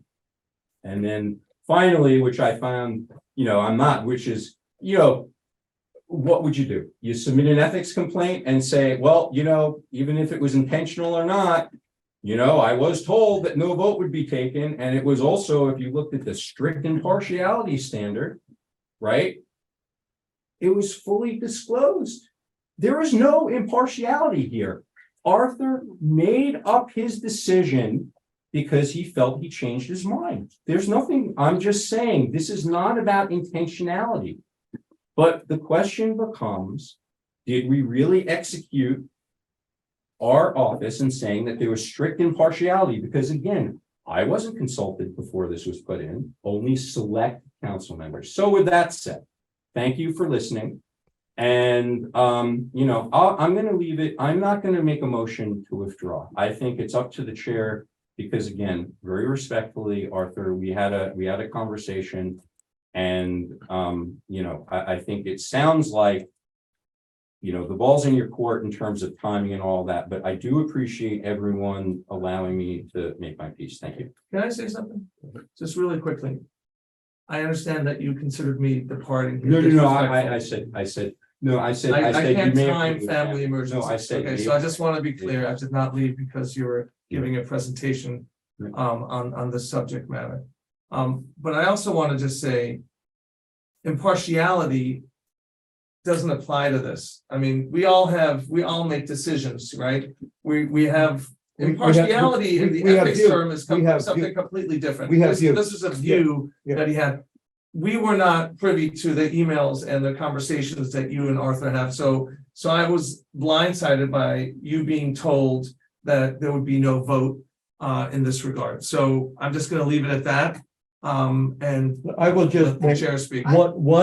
one point of clarification. When I said there would be no vote, I did not have in mind a vote to introduce. What I had in mind was a vote to pass, to adopt. So when you complained, I didn't know at first what you were talking about. So I fully apologize for not thinking through this, what a vote entails. And again, we've had that conversation, and Andrew, please, I had just mentioned that Okay. we left, and I did mention, you know, family and other things. Okay, But I do really want to stress. Yeah. That, and again, folks said, you know, I don't know, I say this, I don't know how anyone here around this table can claim they are ethics experts and say this does not qualify around the idea of this is not strictest impartiality. I am sorry, and maybe Ron can share with us, because again, this is not about submitting an ethics complaint, but as far as I'm concerned, a decision was made to include something where there was a purposeful sampling of individuals, whether it was the community or on the council. And they had also made a personal decision. I had not been included in this. And then you add on top of that, that I was given a specific instruction that no votes of any kind. And if you look at the email of where that came from, it was very clear. The email chain said that I strenuously object to a introduction of this. Okay, so, okay, my piece is said. Okay, let's move on, moving on. And I don't think there was any collusion No. to put But this. may I just address one thing? Go ahead. You want this on the survey, fine, I think perhaps Get it rid is of the, great to get that data. He has to. I Okay. think in order to get legitimate, objective, well-informed data, we need to provide complete histories of what transpired that occasioned an introduction of an ethics ordinance in 2021. And really be very clear with residents about what it covers, and none of this, it will, you know, just. Perfect. That's all I'm We saying. are in total agreement, and I think So we will for the record, and every council member, I believe, will acknowledge that for many weeks, I have offered openly to please provide sample questions. I encourage the ethics committee also to be part of this. And right now, in current day, I have no concept or idea of the questions that are put into the survey, who has inputted into them, who has drafted them, or who has put their, so I say, wonderful, let us put everything in, so no one has any bias or has anything, and let's just put it in and let residents decide. And I have two very, very specific points. We're gonna come to this later. I just, let me finish. That we have a question on the satisfaction of the current complaint process, and we have a question on the expansion. We'll discuss it Thank later. you. Okay, moving on. Next item on the agenda is our manager's report. Okay, thank you. I went to grad school for this. And I chose to be in this field because I'll listen to the. Because it's really exciting. I'll be right back. I listened to a lot of watched a lot of Parks and Rec and really enjoy moments like this. So thank you for this. Thank you for this meeting. This is I'm having fun now. So I hope at least one of us is. You can rest assured. I am on page 9 of the packet if you want to review my thing, and I will go quick. And actually, maybe we could actually have the committee members that want to present their meetings. I will have to be here till the end either way, but the committee represent as well. So You've been here patiently. and there's several online as well. Hasn't But it been fun? It's been so interesting. I'm learning a lot. Good.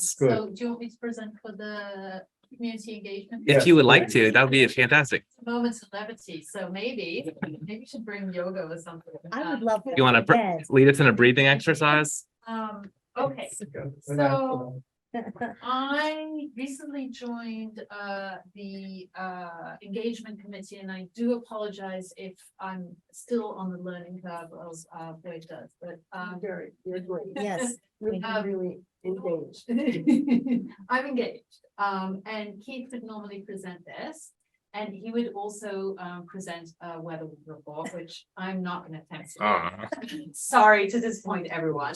Although I do have a small report from him about our up and coming event, which is the Halloween event coming up on October 29th. And Keith says, it will be dry and cool, the Halloween event on Halloween. Get ready for a possibly rough winter.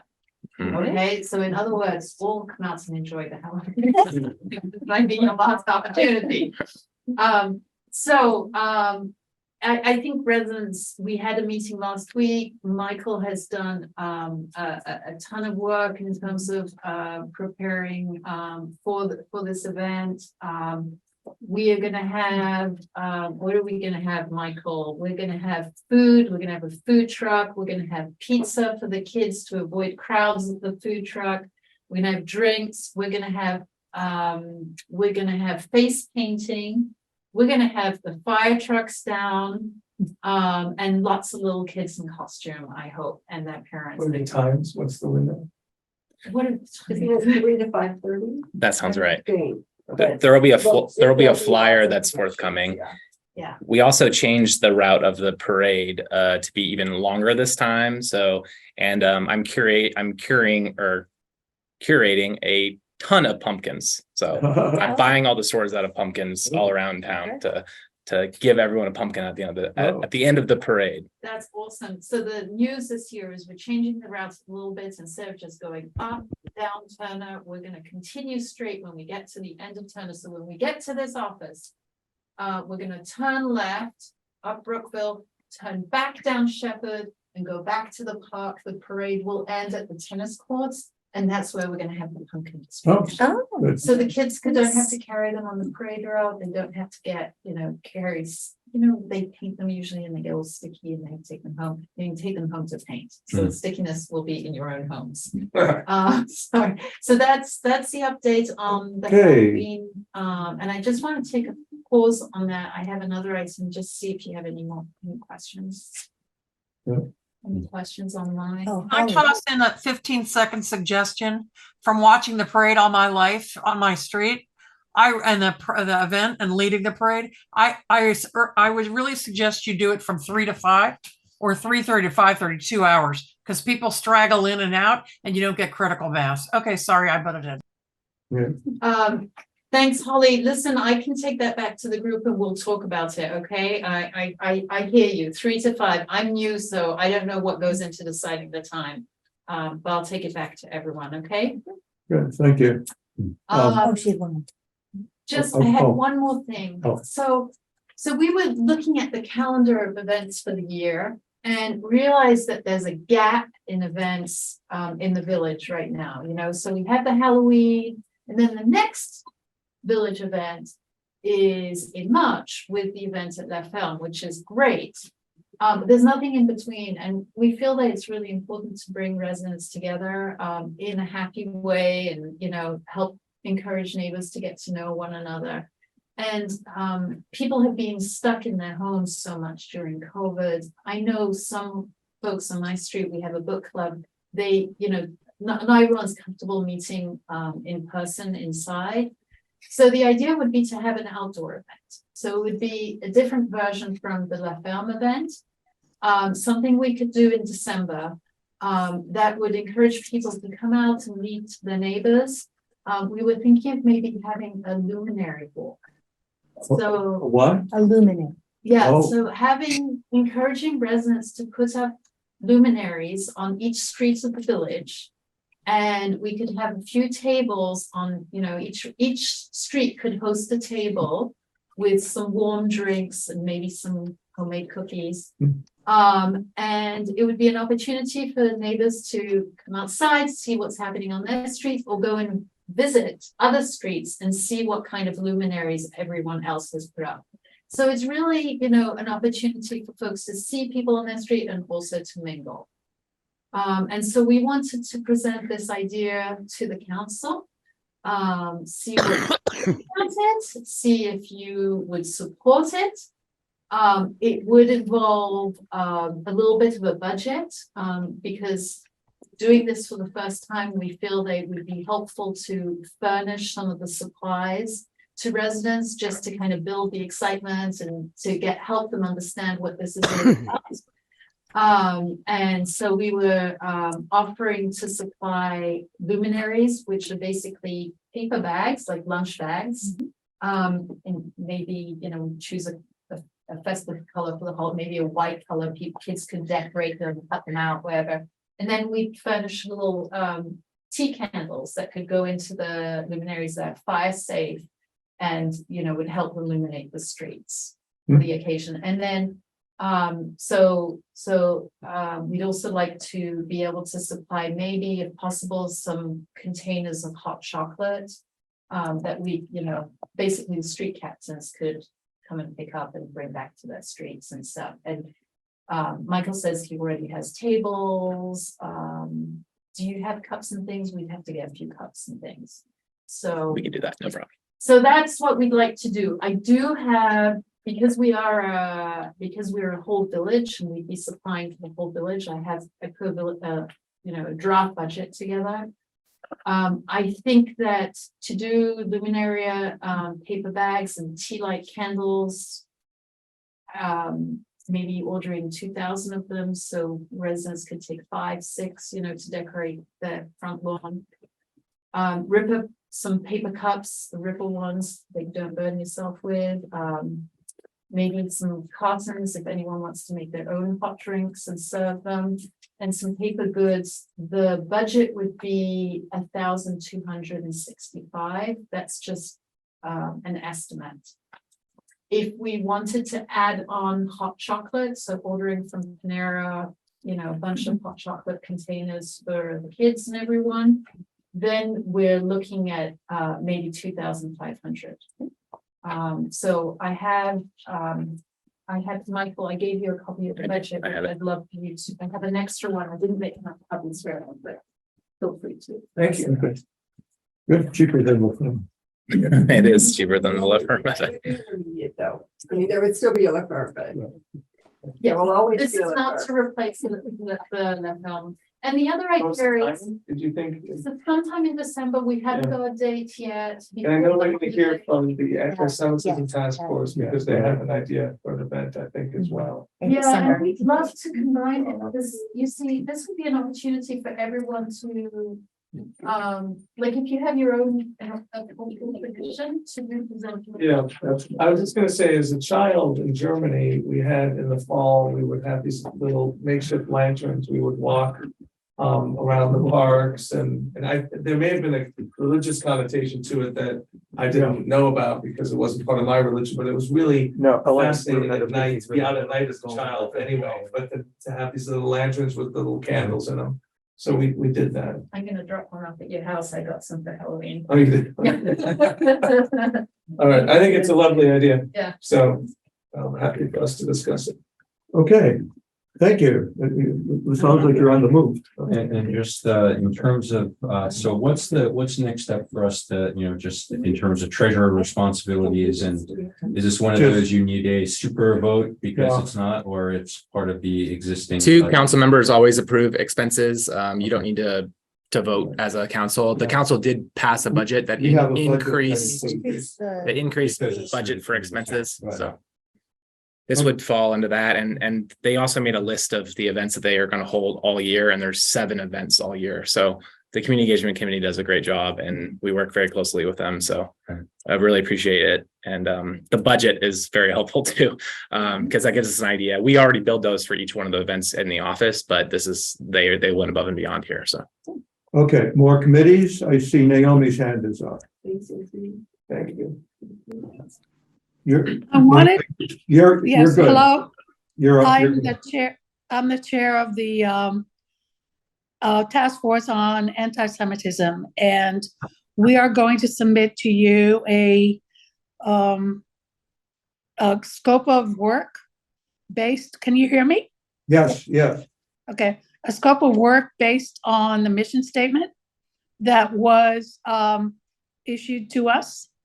But before that, we want to ask your approval, to launch our effort, given the urgency of the times, with a community-wide Hanukkah celebration, with the idea that we would introduce the residents to the culture of Jews and to engage the children in all kinds of activities that are very relevant to this holiday, and to start the process of inviting each other to other events in the future in which we get to know each other. We know from past experience that the way to combat anti-Semitism is for people to get to know each other. And when we do get to know each other, we dissolve any kind of preconceptions that we had about each other. So we would like to propose a December 10th event that is celebrating light. That's the celebration of light. It's not a particularly religious holiday, but it's one that families and children. So I shared with Andrew a budget that we put together. I'm hoping that you can, Andrew, you can forward it to everybody else. So maybe I might have done that. No, I sent it, Naomi, yesterday. I think I forwarded it to all the council members. So whatever the process is on our end, we'll figure that out. Okay. Both Jeffrey and Andrew are liaisons on our committee and also a task force, I should say. And Katie has kindly joined us as well. And we're all very excited about it. So we're really hoping that we can conduct this event without intruding into anybody else's schedule. Although it seems to me that because Hanukkah is a celebration of light, that we might be able to fold in the lantern idea. Combo deal. I like it. I don't know, but it's something we can discuss. Naomi, would your committee, the folks who are organizing the Hanukkah party, be able to meet with our committee to see how you could be I can see why a village celebration could not represent all different,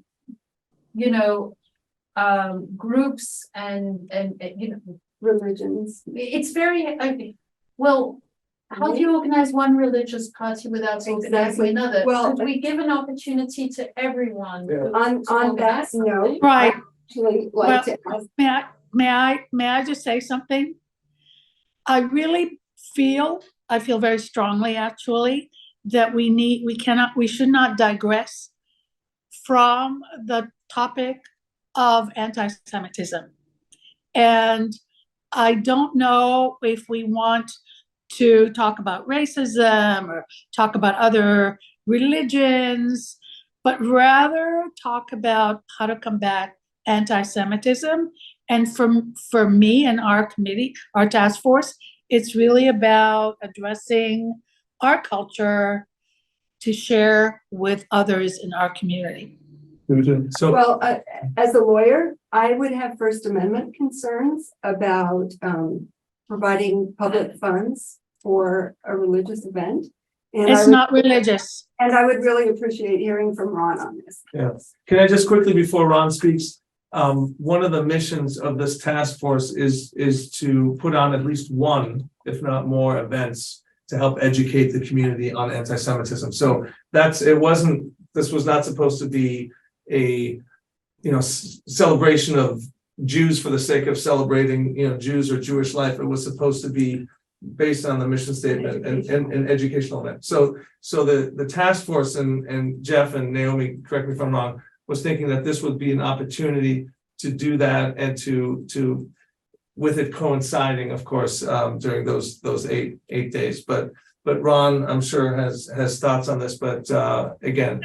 And what I and your point as well. Go ahead. What I failed to add is that we would have educational resources there, as well as a speaker to talk about what this holiday is for our culture. It's got nothing to do with religion.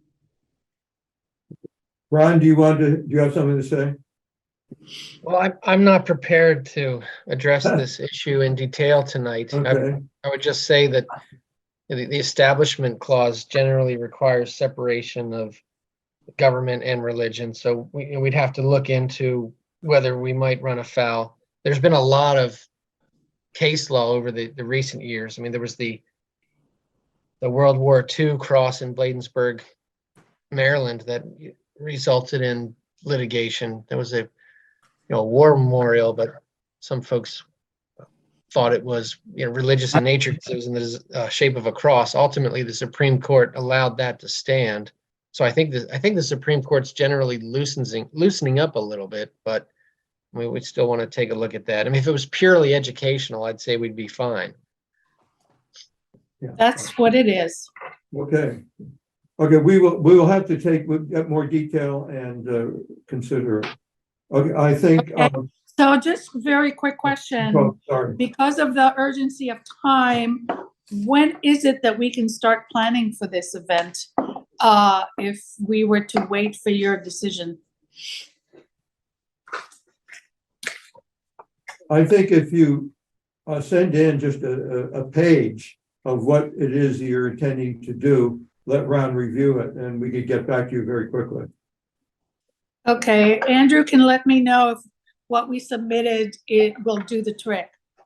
Yeah, why don't we forward that to Ron? Right. What I sent to Yeah, you. do that. Okay. And may I just add very quickly, first of all, as liaison and, recognizing Andrew and the council unanimously putting this anti-Semitism task force together, and also, joining the other 14 plus municipalities on this, really acknowledging and thanking that. And just a couple quick things. So Naomi, you don't have to respond now, but I really was so delighted to hear a representative from the community engagement say, how could we possibly think about this, and recognizing Montgomery County schools actually don't have these sorts of because they have, I guess they've been informed, it's really important, and that also gets down to Halloween, just so we recognize. So what I'm putting out there is, why don't we hear some feedback? And I say this very sensitively, because believe me, I think as the task force knows, and Andrew and everyone, this is a very dear topic. Not to say that I have and again, I say with great respect, I have lots of family in Israel right now, and there's all sorts of things going on. So I just say this as a council member, that Naomi and to the task force, let's see where this rolls, but hopefully, let's say if it rolls a certain way, I love the idea that the community engagement said, let's find a way, right? Let's find a way that we could make something work. And I'm very confident that we can. if we're given some constraints. And so I just say that. And last thing I want to say, I did speak yesterday, and I mentioned this to Tess, so I should put it in front. I did have a chance to speak briefly with Andrew Friedson, who's on the county council, who is a big sponsor, as you know, on anti-Semitism resolutions. And I know our Andrew knows him quite well. He said he'd be delighted to show up anytime to an event, and even to so just putting out there. So, there's a lot of positivity. And the one other municipality that really had I think a big, wanted to share and coordinate is Kensington. As you may know, they have already had some speakers come in, and again, as a leader, VMA I think is setting the curve, because I think a lot of the other municipalities haven't gone as far in terms of where we are today. So I think that again, this is a real opportunity. Over. I was just wondering, just as a non-Jewish resident, I find a Hanukkah party is an educational event, and part of this task force is to educate non-Jewish residents about anti-Semitism. And I'm wondering if there's a way, if it's December, if we could call it like a celebration of light, the same day, like come learn about Hanukkah and Hanukkah traditions, and then take a walk with your neighbors, like a light theme. What if it was like a celebration of light and winter solstice? Like, what if it was sort of that way you benefit, you have the educational component, and I guess the question is whether residents will be wanting a Christmas and Kwanzaa celebration as well.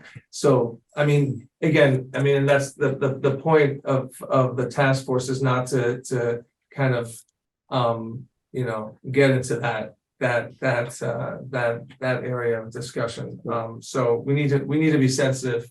I get it on both sides. And I just, for the record, want to make sure, is it Article 41 that we're not putting to question our Halloween party, that it's somehow the separation of church and state is impacted by it? I don't want to be the Grinch. So then it's a First Amendment issue, right?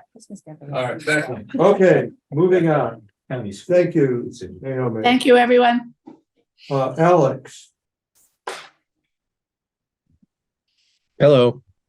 Good evening from the Sleepy Ethics Committee, which is both literally and figuratively true at the moment. It's such a great irony of the Ethics Committee that in the committee itself, it's actually quite a sleepy committee, because our village is generally very ethical and we don't have to adjudicate any ethics complaints. But outside of the committee, I see a lot of passion. Yeah, of course, it's the subject of intense debate externally. I think the only business that the Ethics Committee had that was time sensitive-ish was a discussion about when to host our voluntary training on ethics for volunteers, which is informative just about the code and the definition of terms like impartiality and the oath of office and so on. Our thinking was that we would wait for some of the code applicability discussions to sort out, so that we could make a statement that was clear and current with whatever the council decides on that. We are confused ourselves in the committee as to how to adjudicate a potential complaint on a non-statutory committee person, because that's confusing at the moment, which is why Arthur brought up what he did. But if we decided to meet in December to discuss scheduling of such a training, hopefully having left enough time for things to settle down.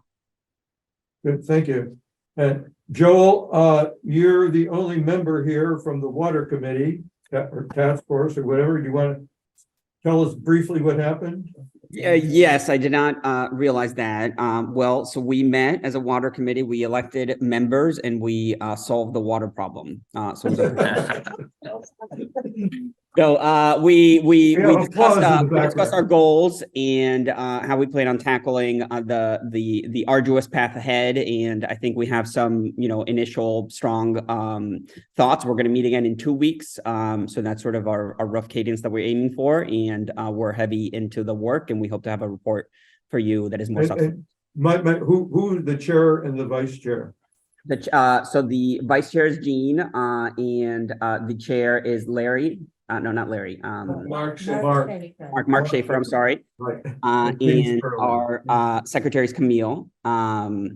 And we've divided up some duties to start the work. So we're diving pretty deeply into the issue, including starting some conversations with engineering firms to try to scope out, you know, what it would be to understand our water problem. Our primary focus is understanding what the problem is. Right. So the idea is to get a consultant to help come up with a questionnaire and what are the questions? Good, thank you. And I see Marty on elections. Yes, thank you and appreciate everyone's time and energy on this long meeting. The election committee has met twice, had two very productive meetings. We'd like to thank Katie for being our liaison, and also special thanks to Michael and you too, Arthur, for helping the committee to actually get the documents from last year that we need, which were sort of scattered. Michael, thank you for looking through the village files to find them for us. We're now in the second step of our process. At the first meeting on October 4th, we voted to set the dates for the election. The election in 24 will be on Tuesday, May 7th. The committee voted to keep the 2023 rules and procedures as the basis for 2024's election.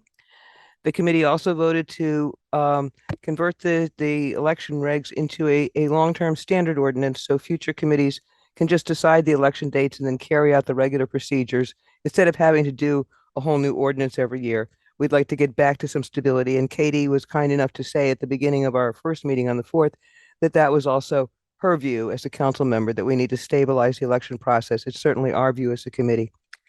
Right now, there are 5 different election documents, 6 if you count the contract, and the committee voted to consolidate the election procedures in one place in an overall ordinance, which will also reduce some duplication that are in the documents.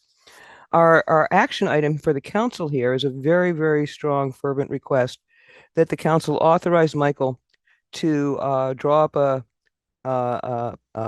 RFP or a position description, which the committee obviously will present and work with Michael on, to authorize hiring a short-term contractor to help verify the voter roll this year. We have a new definition of qualified voters. We don't have any records in the village. We never have, as to who's a renter, who's an occupant owner, who's an absentee owner. This is going to be a pretty big job this year, and we do need some systematic, skilled assistance to do that.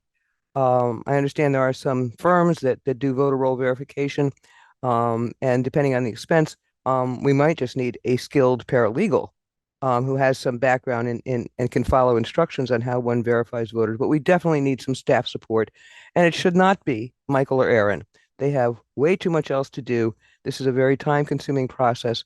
So the entire committee voted unanimously to really recommend strongly that you authorize Michael to work with us to hire a short-term contractor, starting probably from January through mid-March, which is when we need to update the voter roll.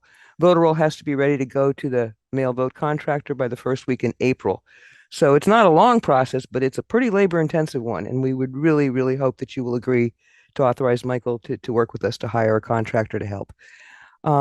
We also, on the survey questions, haven't seen the survey, obviously, but in response to an email suggestion from a resident, the committee voted to have the survey include an election question that was very carefully, I think, drafted and approved by the committee. And I hope the committee, the council will in fact put our survey question on the survey. Is that something you can answer tonight? Is that question on the survey now? Yeah, there is a question, still not exactly, but derived from the one that was submitted. Would you mind, Arthur, sharing that with me? Because the committee would like to see what that You'll question see is. it when you get your survey. So the answer is no, that you don't want to work with the committee to actually draft that survey question. We felt it was sort of important to work cooperatively with the council to get that question on, and would appreciate it if you would share it with us. Your goals and our goals may be different. But I don't think so. I have a comment on your what do you call it? Your voter call, your voter roll. I would be in favor of having somebody review our entire voter roll compilation process. Like we had an audit of our financial system, we had an audit of our cybersecurity and cyber system, but having an audit of how we come up with and put together the voter roll, rather than one going over it name by name. I think that's an excellent idea, Arthur. I'll be happy to take it to the committee, but from our discussions on this voter roll project that we've got ahead of us, I think doing an external audit of the voter roll, personally, I can tell you as the chair, I think it's a fine idea. And I will take it to the committee. We've got committee meetings coming up soon. And I think that you will probably find the committee supports it. I can't speak obviously till we Well, the do. thing is, I don't know what auditing the voter roll actually means or what you're. It's similar. It's similar. You hire an outside expert. Again, I think one of the good things that Martin's Additions is doing at this point is we are increasingly building our capacity by getting the expertise we need, like, Michael having, traffic engineers or, an engineer to do the sidewalk construction work. I think that expertise is really valuable. It's not like the council needs to know everything about everything. We just need to know enough to hire people who have the expertise we need. The hydrology engineers we might need for the water task force. Again, a case in point, I think it's really a positive development, very advanced, to quote you from earlier, to actually get the expertise. I mean, I would personally very much support that, and I will discuss it with the committee to have a firm that does voter roll audits. It involves looking at the voter roll, looking at the procedures by which voter rolls are maintained. I did have a very long, interesting discussion with Boris, the staff director at the County Board of Elections, about how you maintain voter rolls, how you update them and make sure they're accurate. He is very concerned about the Montgomery County voter roll, which has not been, in his opinion, again, don't quote me publicly on this. I'll just say, in his opinion, it needs a lot of work too. And so again, there are firms that do this. There are individuals who, have voter roll verification expertise. It could be, I would love to see us actually do a voter roll audit. Personally, I can say that. Take that under consideration. Arthur, just one question for the record. Quick is. Yeah, questions about that from anyone else? Yeah, Jeff has a Yeah, question. just one comment. So Arthur, you had mentioned that we don't want, or I didn't want to use the exact words, but we're not soliciting feedback from the election committee in terms of design of the questions on the survey. So my question is, have we also said the same thing to the ethics committee, that we don't want their feedback and that we have not solicited their feedback for the survey? No, we did not solicit their Okay, feedback. I just want to make sure that. No, it's not that we did, we actually, Consistent we across took, the no, board. we took the question that was submitted, something very similar. We just, revised the language of it. Okay, I just want to make sure I'm being consistent, Yeah. and again, not for this time, because I think it's a little bit water under the bridge, Yeah. but I would consider our committees, our subject matter experts, and that when Right. you design survey and ask for new questions, I feel that it's normative for committees, if they want to provide some input on the survey, and particularly the areas of their domain expertise, they should be welcome to do so. Okay, are there any other committees? I think we've done That's all the all, committees. that's all, Thank you, that's all Marty. five. Okay, Was that- one more quick thing. I wasn't quite Okay. done. As I mentioned, we did submit a detailed written report on our committee activities, and that normally in the past has been attached to the council meeting minutes that are posted on the village website. So a written committee report has been presented to Michael prior to this meeting tonight, and we ask that you attach it, Michael, to the October 2023 council meeting minutes posted on the website. And I want to again tell the council that we have an excellent team on this election committee meeting, and we're going to try to stabilize the process from here on out. No Good. more turmoil. Good, no turmoil. No drama. Thank you. And I want to acknowledge the community engagement for adding the hot chocolate on, so I just want to thank you. Okay, we're losing a committee member. Okay, I think that does it for committees. Michael, you're back to your report. Okay, it's 10:40. We've been waiting all night for this, Michael. Make it good. Actually, this is a master's degree in public administration right here. We discussed ethics, which was my capstone class. We discussed building regulations and building issues. We discussed procedure issues, and we had a interesting discussion about what events determine are religious or aren't religious. So, And Michael, the best part of all this is you're not paying 80,000 in tuition. Right. We're actually paying you to learn. actually, I'm doing this job in order to pay for that last master's. Yeah. Okay. Okay, so administration, I thank you all. I was able to attend a national public administration conference with city managers from all over the world, and I learned a lot of things. And I actually was able to meet with and spend some quality time with our neighboring managers. I actually met up with them again last Friday from the neighboring communities. So I've learned a lot, and also I think. Where did you meet? Did you have was over dinner or? We went and got drinks at the new in Kensington at the there's a brewery, Baby Cat Brewery. Pretty good IPA. Yeah, called Catnip. Yeah. So yeah, having some good relations with them has been helpful, and it's been helpful to several of the other communities. They have actually several of the communities have come toward this office over the last month, because they're looking at renting space. So I wanted to mention that to you all. Section 3 is looking at renting space in this building. Oh, really? Just a couple doors down. So that's interesting. And then Chevy Chase View has hired a new manager that's being trained and coming on board, and they have a new office space in Kensington. So that's interesting developments. And then I've taken some ideas away from these other communities for us as well. One is the idea is to do I think I want to recommend to you all to do an annual report at the end of the year. I think the committees do one individually. I think I would like to do one from the village office's perspective. I think we accomplished a lot last year, and it felt kind of haphazard at the end of the year. And I would like an opportunity to kind of tell our story and do it from a united front, and have a report at the end of the year that we could publish that would kind of talk about everything we did. I think the council's working on some really important issues. We've established 2 new task forces. I think we should celebrate ourselves and do an annual report. That's one. And then the other is the idea of doing an annual goal setting session with this council. I think getting on the same page about the goals for the year ahead, and also maybe even start thinking strategically. I appreciate the calendar, Jeff, and recommending that idea, and that's in the packet today.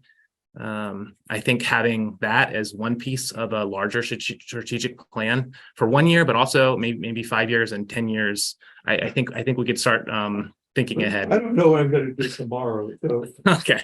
Well, maybe 1 year. Maybe we can look 1 year ahead. I think that would be progress in the right way. And I also have a number of other ideas that I've mentioned to some of you individually, but we'll get to those in due time. So. Okay. The audit is underway. We are waiting for their comments. I'm sure they're going to need additional documents. I think I supplied over 100 documents, as well as access to our QuickBooks. So it is quite an extensive process, and that's underway. They said they would have the comments back to us by yesterday, but I haven't received them yet. So we'll see. Susan, remember last year going through the audit? It was really very time consuming. Yeah, and some of the stuff they needed, I don't even understand why they need it. They need our login to the census and those types of things where it's like, I've never been on this website, but yeah, anyways, I figured it out. Very stoic, by the way, very stoic. Did not even know how hard it was. So not a complainer. More importantly is this last item under administration on my report on page 9 is the RFPs that were posted and took a long time to develop and post and plead for bidders to bid are in. And the most important one is the first one, which is the fall leaf vacuuming. If you've noticed or looked at the street recently, leaves are starting to fall. So we really need to get this underway. We only had 1 bid, so it's fine. And it's not a hard decision. It's the same contractor as last time, and it's the exact same price. So we just recommend doing it over again. That was a lot of effort for the exactly same result. So, but hey, no inflation. Look at that. Snow plowing, I think we have time. I would like to put together a proposal for you all to consider. There's 3 people that express interest, but whether those count as complete bids or not. So maybe next month we can finalize that contract. And then the free composting are in your packet on page 17 and 20. We got 2 bids, one from Compost Crew that we use currently, and then one from the other service provider in this space in the DC area, which is Better and Compost.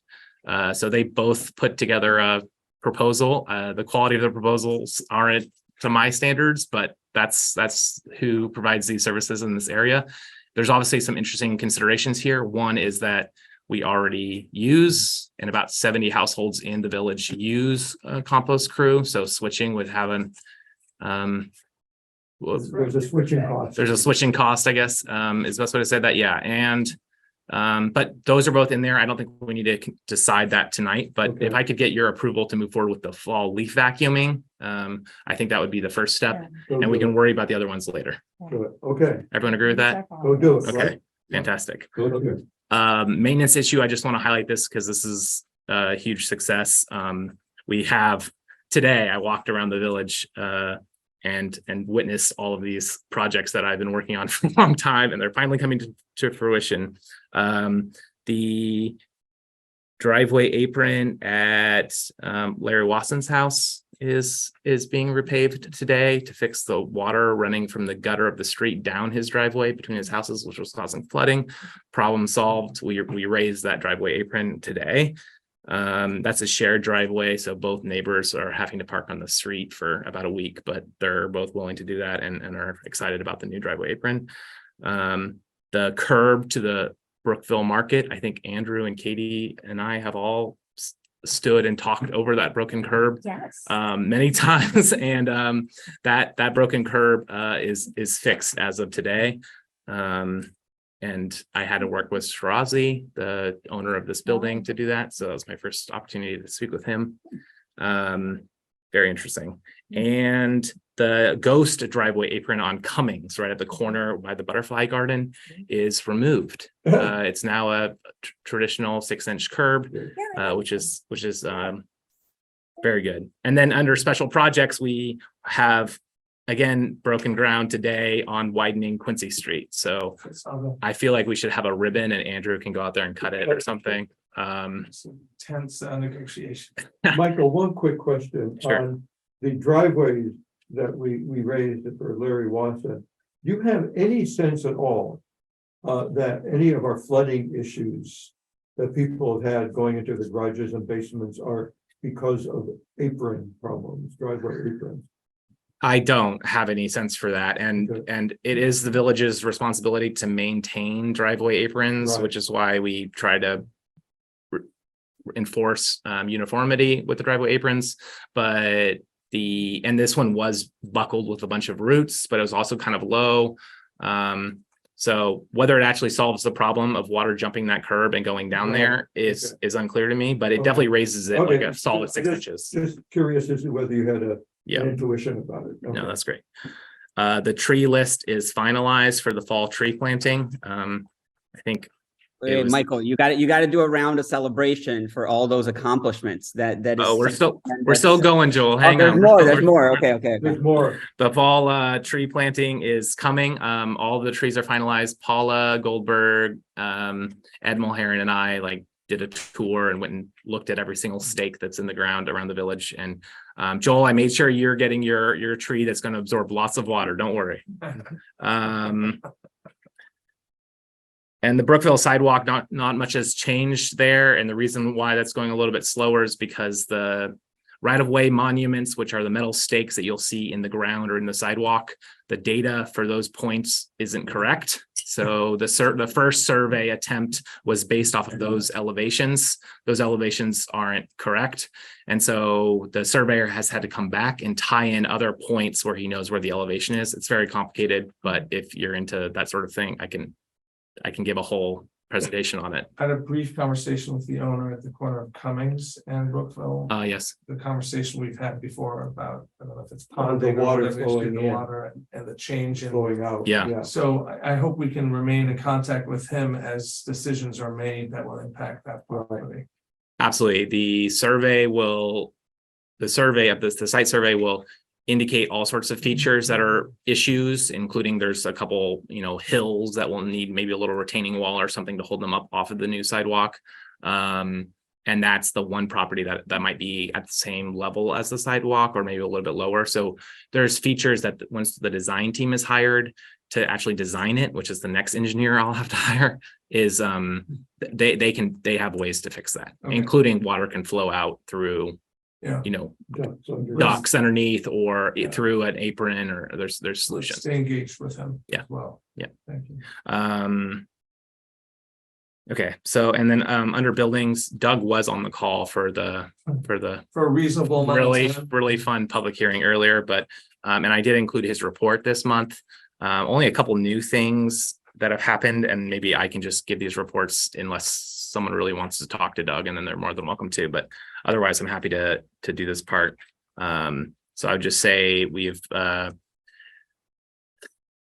are we at? Okay. We have received a variance request as of this week for 3412 Taylor. That's the house with sandbags in front of it. We have received a variance request. They're going to raise their driveway, close off the garage completely, and they're putting in some retaining wall planter boxes that pushes them like 1% over the non-vegetative analysis in the front yard, which is supposed to be under 30%, and they're going to 31 or 32%. So that variance request is coming. We'll have to call up another public hearing to do an actual variance hearing. So that's coming. Doug is currently reviewing those plans. If we can expedite that hearing, that variance meeting or whatever we want to call it. Just because these folks have been Absolutely dealing with this for so long. Absolutely. Yeah. I know there's a legal requirement for it has to be so many days to give the neighbors warning. But we'll follow the letter of the law and do as fast as possible. Yep. The developer at 151 Quincy, thanks to the council, has agreed to connect the sump pump to the county storm drain. And has already started spending the $15,000 that you all approved. And Hopefully including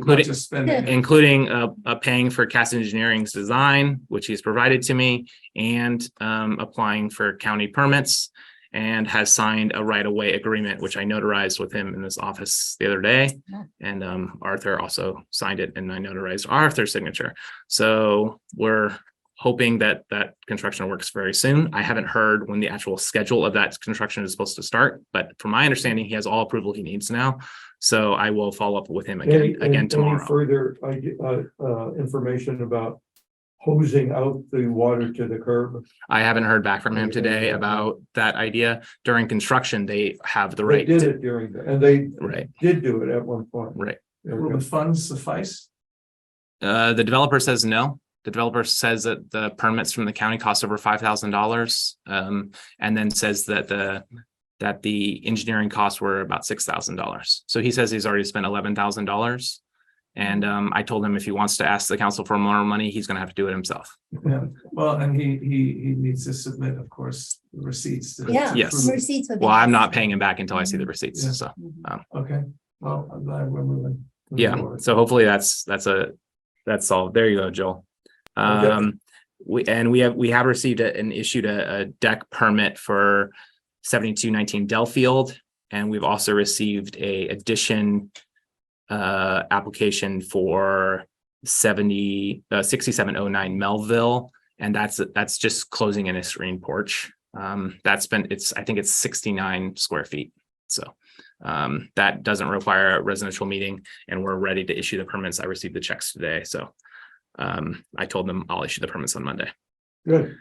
That concludes my report. Thank you. Great job. Thank you. Okay, moving on. We have to approve the minutes from September 21st and October 5th. We have a motion to approve. Which ones were the ones that Marty mentioned? Yes. The first one. The first one, the waivers. Can we make that adjustment? Right, Yeah. pending adjustment. Yeah. Okay. Pending review of the. Okay. Okay, Alright. vote aye. Aye. Okay. And I'm just gonna make one quick statement. So I'm not gonna vote to approve the October 5th minute. I mean, the last meeting tweet. Have we done those minutes for the one I wasn't there? That was September 21st. That was September 21st. So I'm just putting out, I'm not asking Okay. you to hold up the minutes, Okay, but I think enough was said earlier where I'll just put Okay. a statement or so in these upcoming minutes. okay. So for You mean votes for this meeting? No, the 21st. September 21st. For September So you're 21st. abstaining. So I'm just. Four no, ayes, just one nay. nay, For, But Okay. for, yes. I'm not Okay. holding it. But we'll Okay. we'll make the change. I move.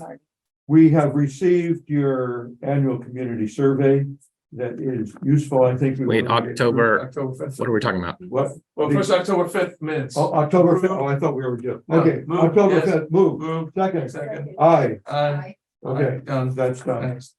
Okay, your community survey is something that should keep us on our toes. We're not gonna fall behind. And somehow, after we get it all kind of edited and ready to go, we should have it like on our desks or something. It's really useful to have in front of us, knowing what's coming up and not to fall behind on things. Hey, Jeff, And the calendar. was that intentional? That was Okay. yeah.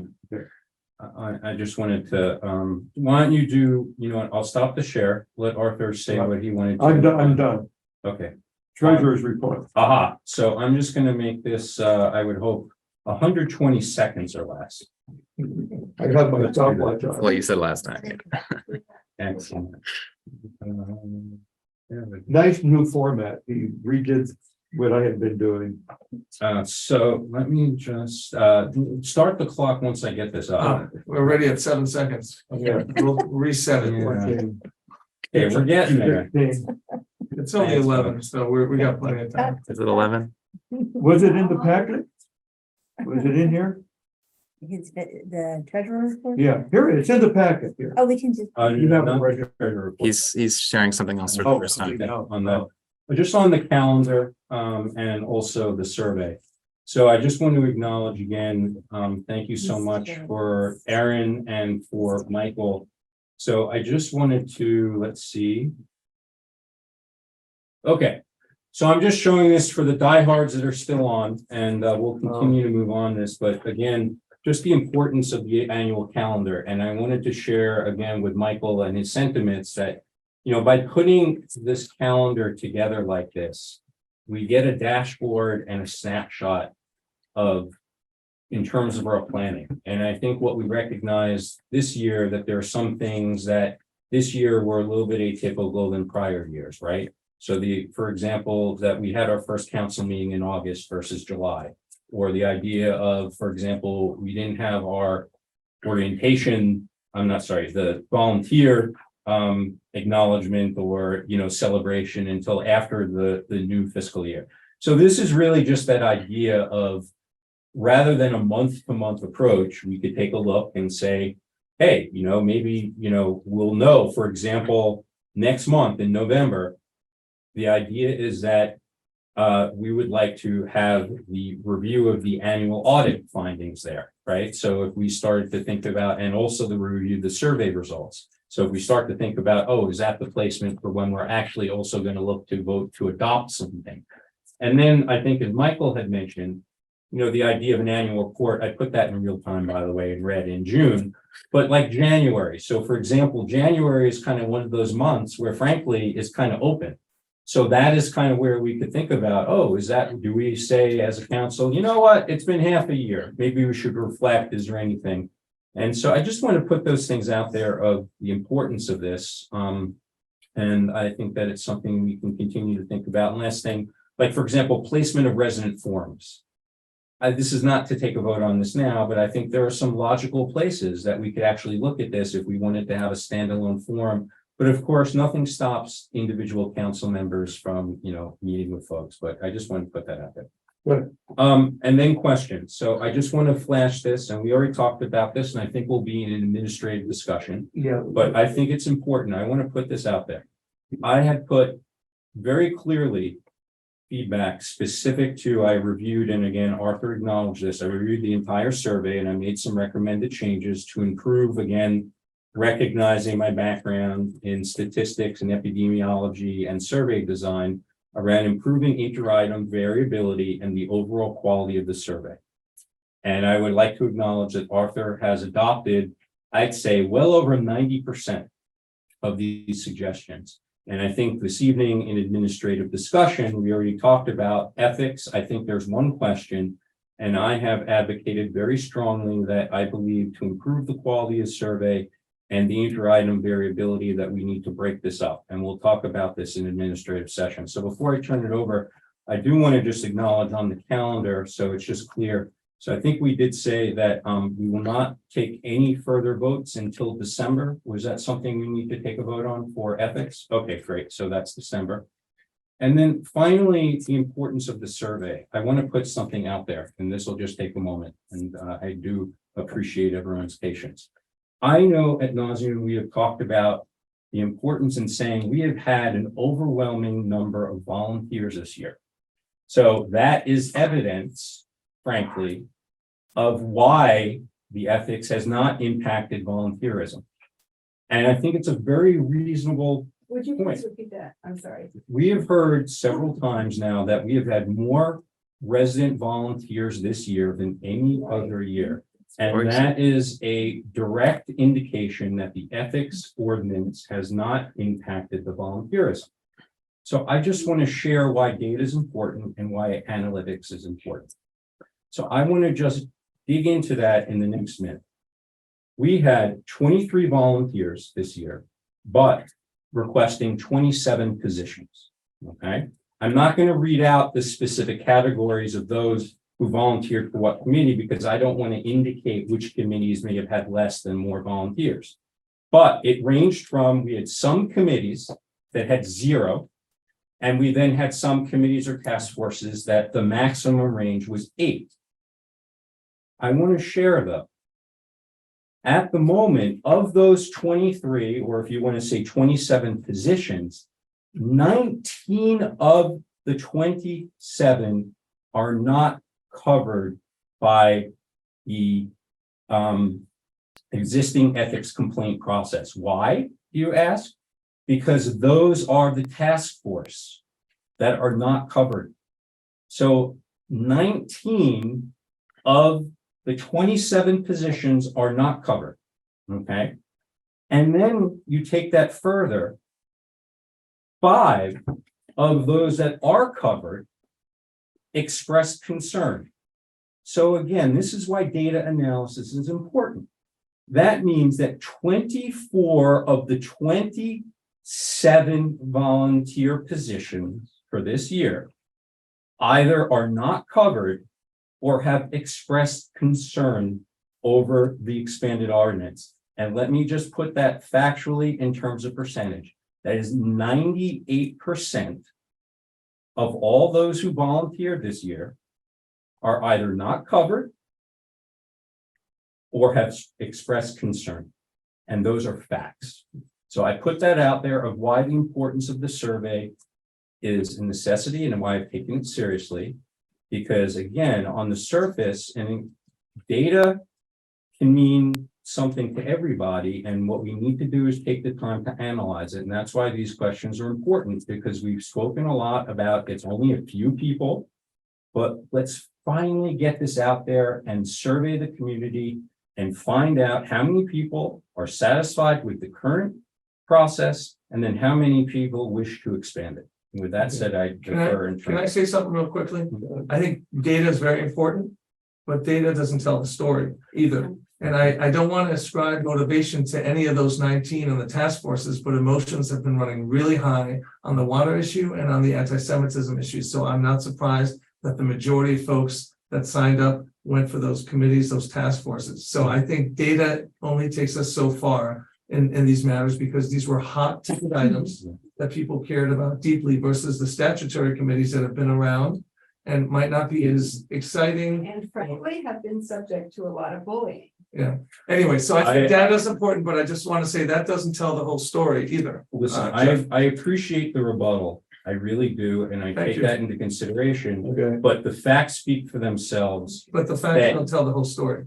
Well, I'm not Okay. sure what the rebuttal is. I am saying right now that 89% of all those who volunteered either are not covered because they're on temporary task force, or have expressed concerns even though they're on statutory coverage. So that is By almost not covered. 90%.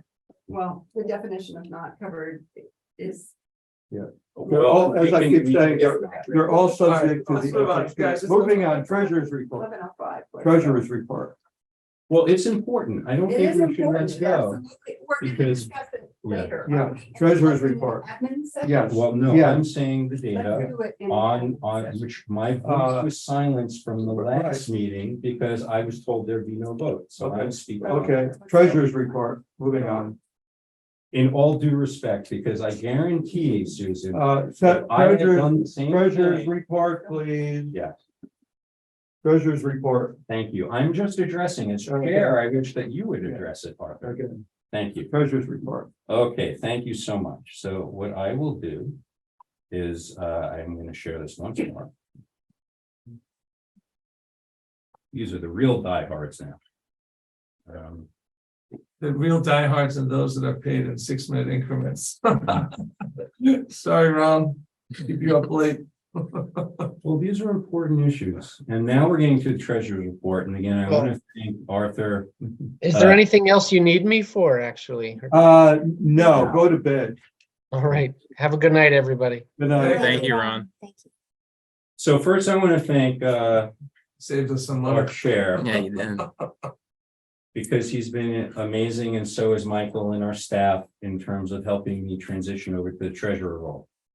So again, this is going to be in, I think it was actually in the packet, but I won't go through this in detail.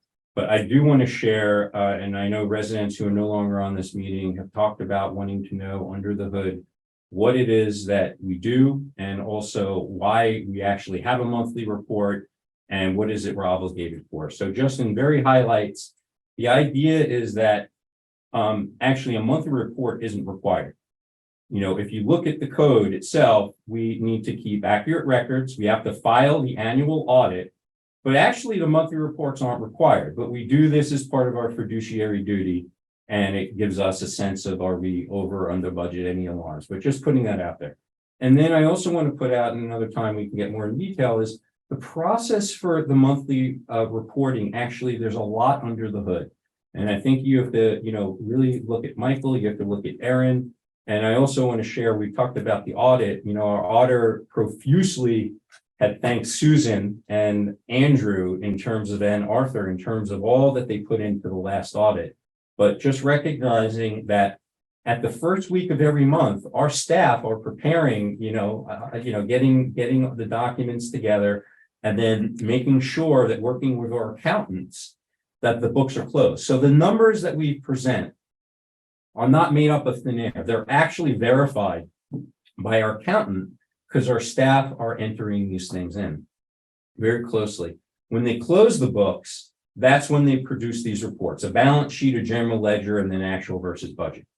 And then finally, talking about there are some ongoing things that we'll continue to do to look at the reports and having perhaps a new eye and getting best practices. But in general, the stewardship and everything else has really been not only equal to other municipalities, but really in many ways setting the standard. So finally, the report, nutshell, this is there. But everything looks in order, on track, and you can see the assumptions in terms of what goes into the higher level income and the expenses. You do not include the ARPA funds. And really what we include here are we look at the actual and the budget for the month alone. And then we're actually looking at the year to date. And there's nothing unusual because, as Arthur knows and everyone knows, the income comes in spurts. So it's not really a concern right now that we have an under of our income because we know that later on in the year, actually this will, and so we'll actually have indicators where we'll be over. And then just finally, this is in detail, it's in the packet. This is just a glimpse of, this is the quarterly report of all the specific line items that are in actually our QuickBooks and are gone through very carefully by our staff. And all the systems we use, and then our accountant. And so just recognizing how much effort goes into this so that the reports that we produce, someone like me can speak for a few minutes, there is just a really exceptional level of verification underneath the hood. And really, I think I'll stop there because the rest of this, and really, the only thing that you say that was really, maybe you could say the legal fees, right? They're a little bit higher than usual, but I think with the open session rate earlier, we recognize. We know why. So with that said. Okay. Adieu and over. Thank you. Good, thank you. Thank you, Joe. with that, we are nearing the end. Can we go We to, already did. what's that? We already did the community report. Yeah, we already did that. So. So, do we have any Resident comment. resident comments here at the end? Is everyone exhausted? You should be. Okay. But we haven't. Oh, broken here's the record, hand. though. We No, we Okay. don't have any comments. That's all. Oh, I'm we gonna do tell have, you. oh, We there we don't. go. We have do two not. hands then. Okay, Holly, go. We don't have any. I'm just Oh, you joking. don't have I'm any. just telling you, Marty. we don't have any. Getting with her hand. Marty. isn't. Okay, that must be an old hand. No, it's a new hand. Marty? Marty. Want to say thank you, Jeff, for that really helpful treasury report. I want to praise the council for tackling some, very serious stuff, and I commend you all. I have one question about public transparency. And one of the issues, Andrew, that you and I talked about, a couple years ago, was about putting public comments when there are issues that are controversial.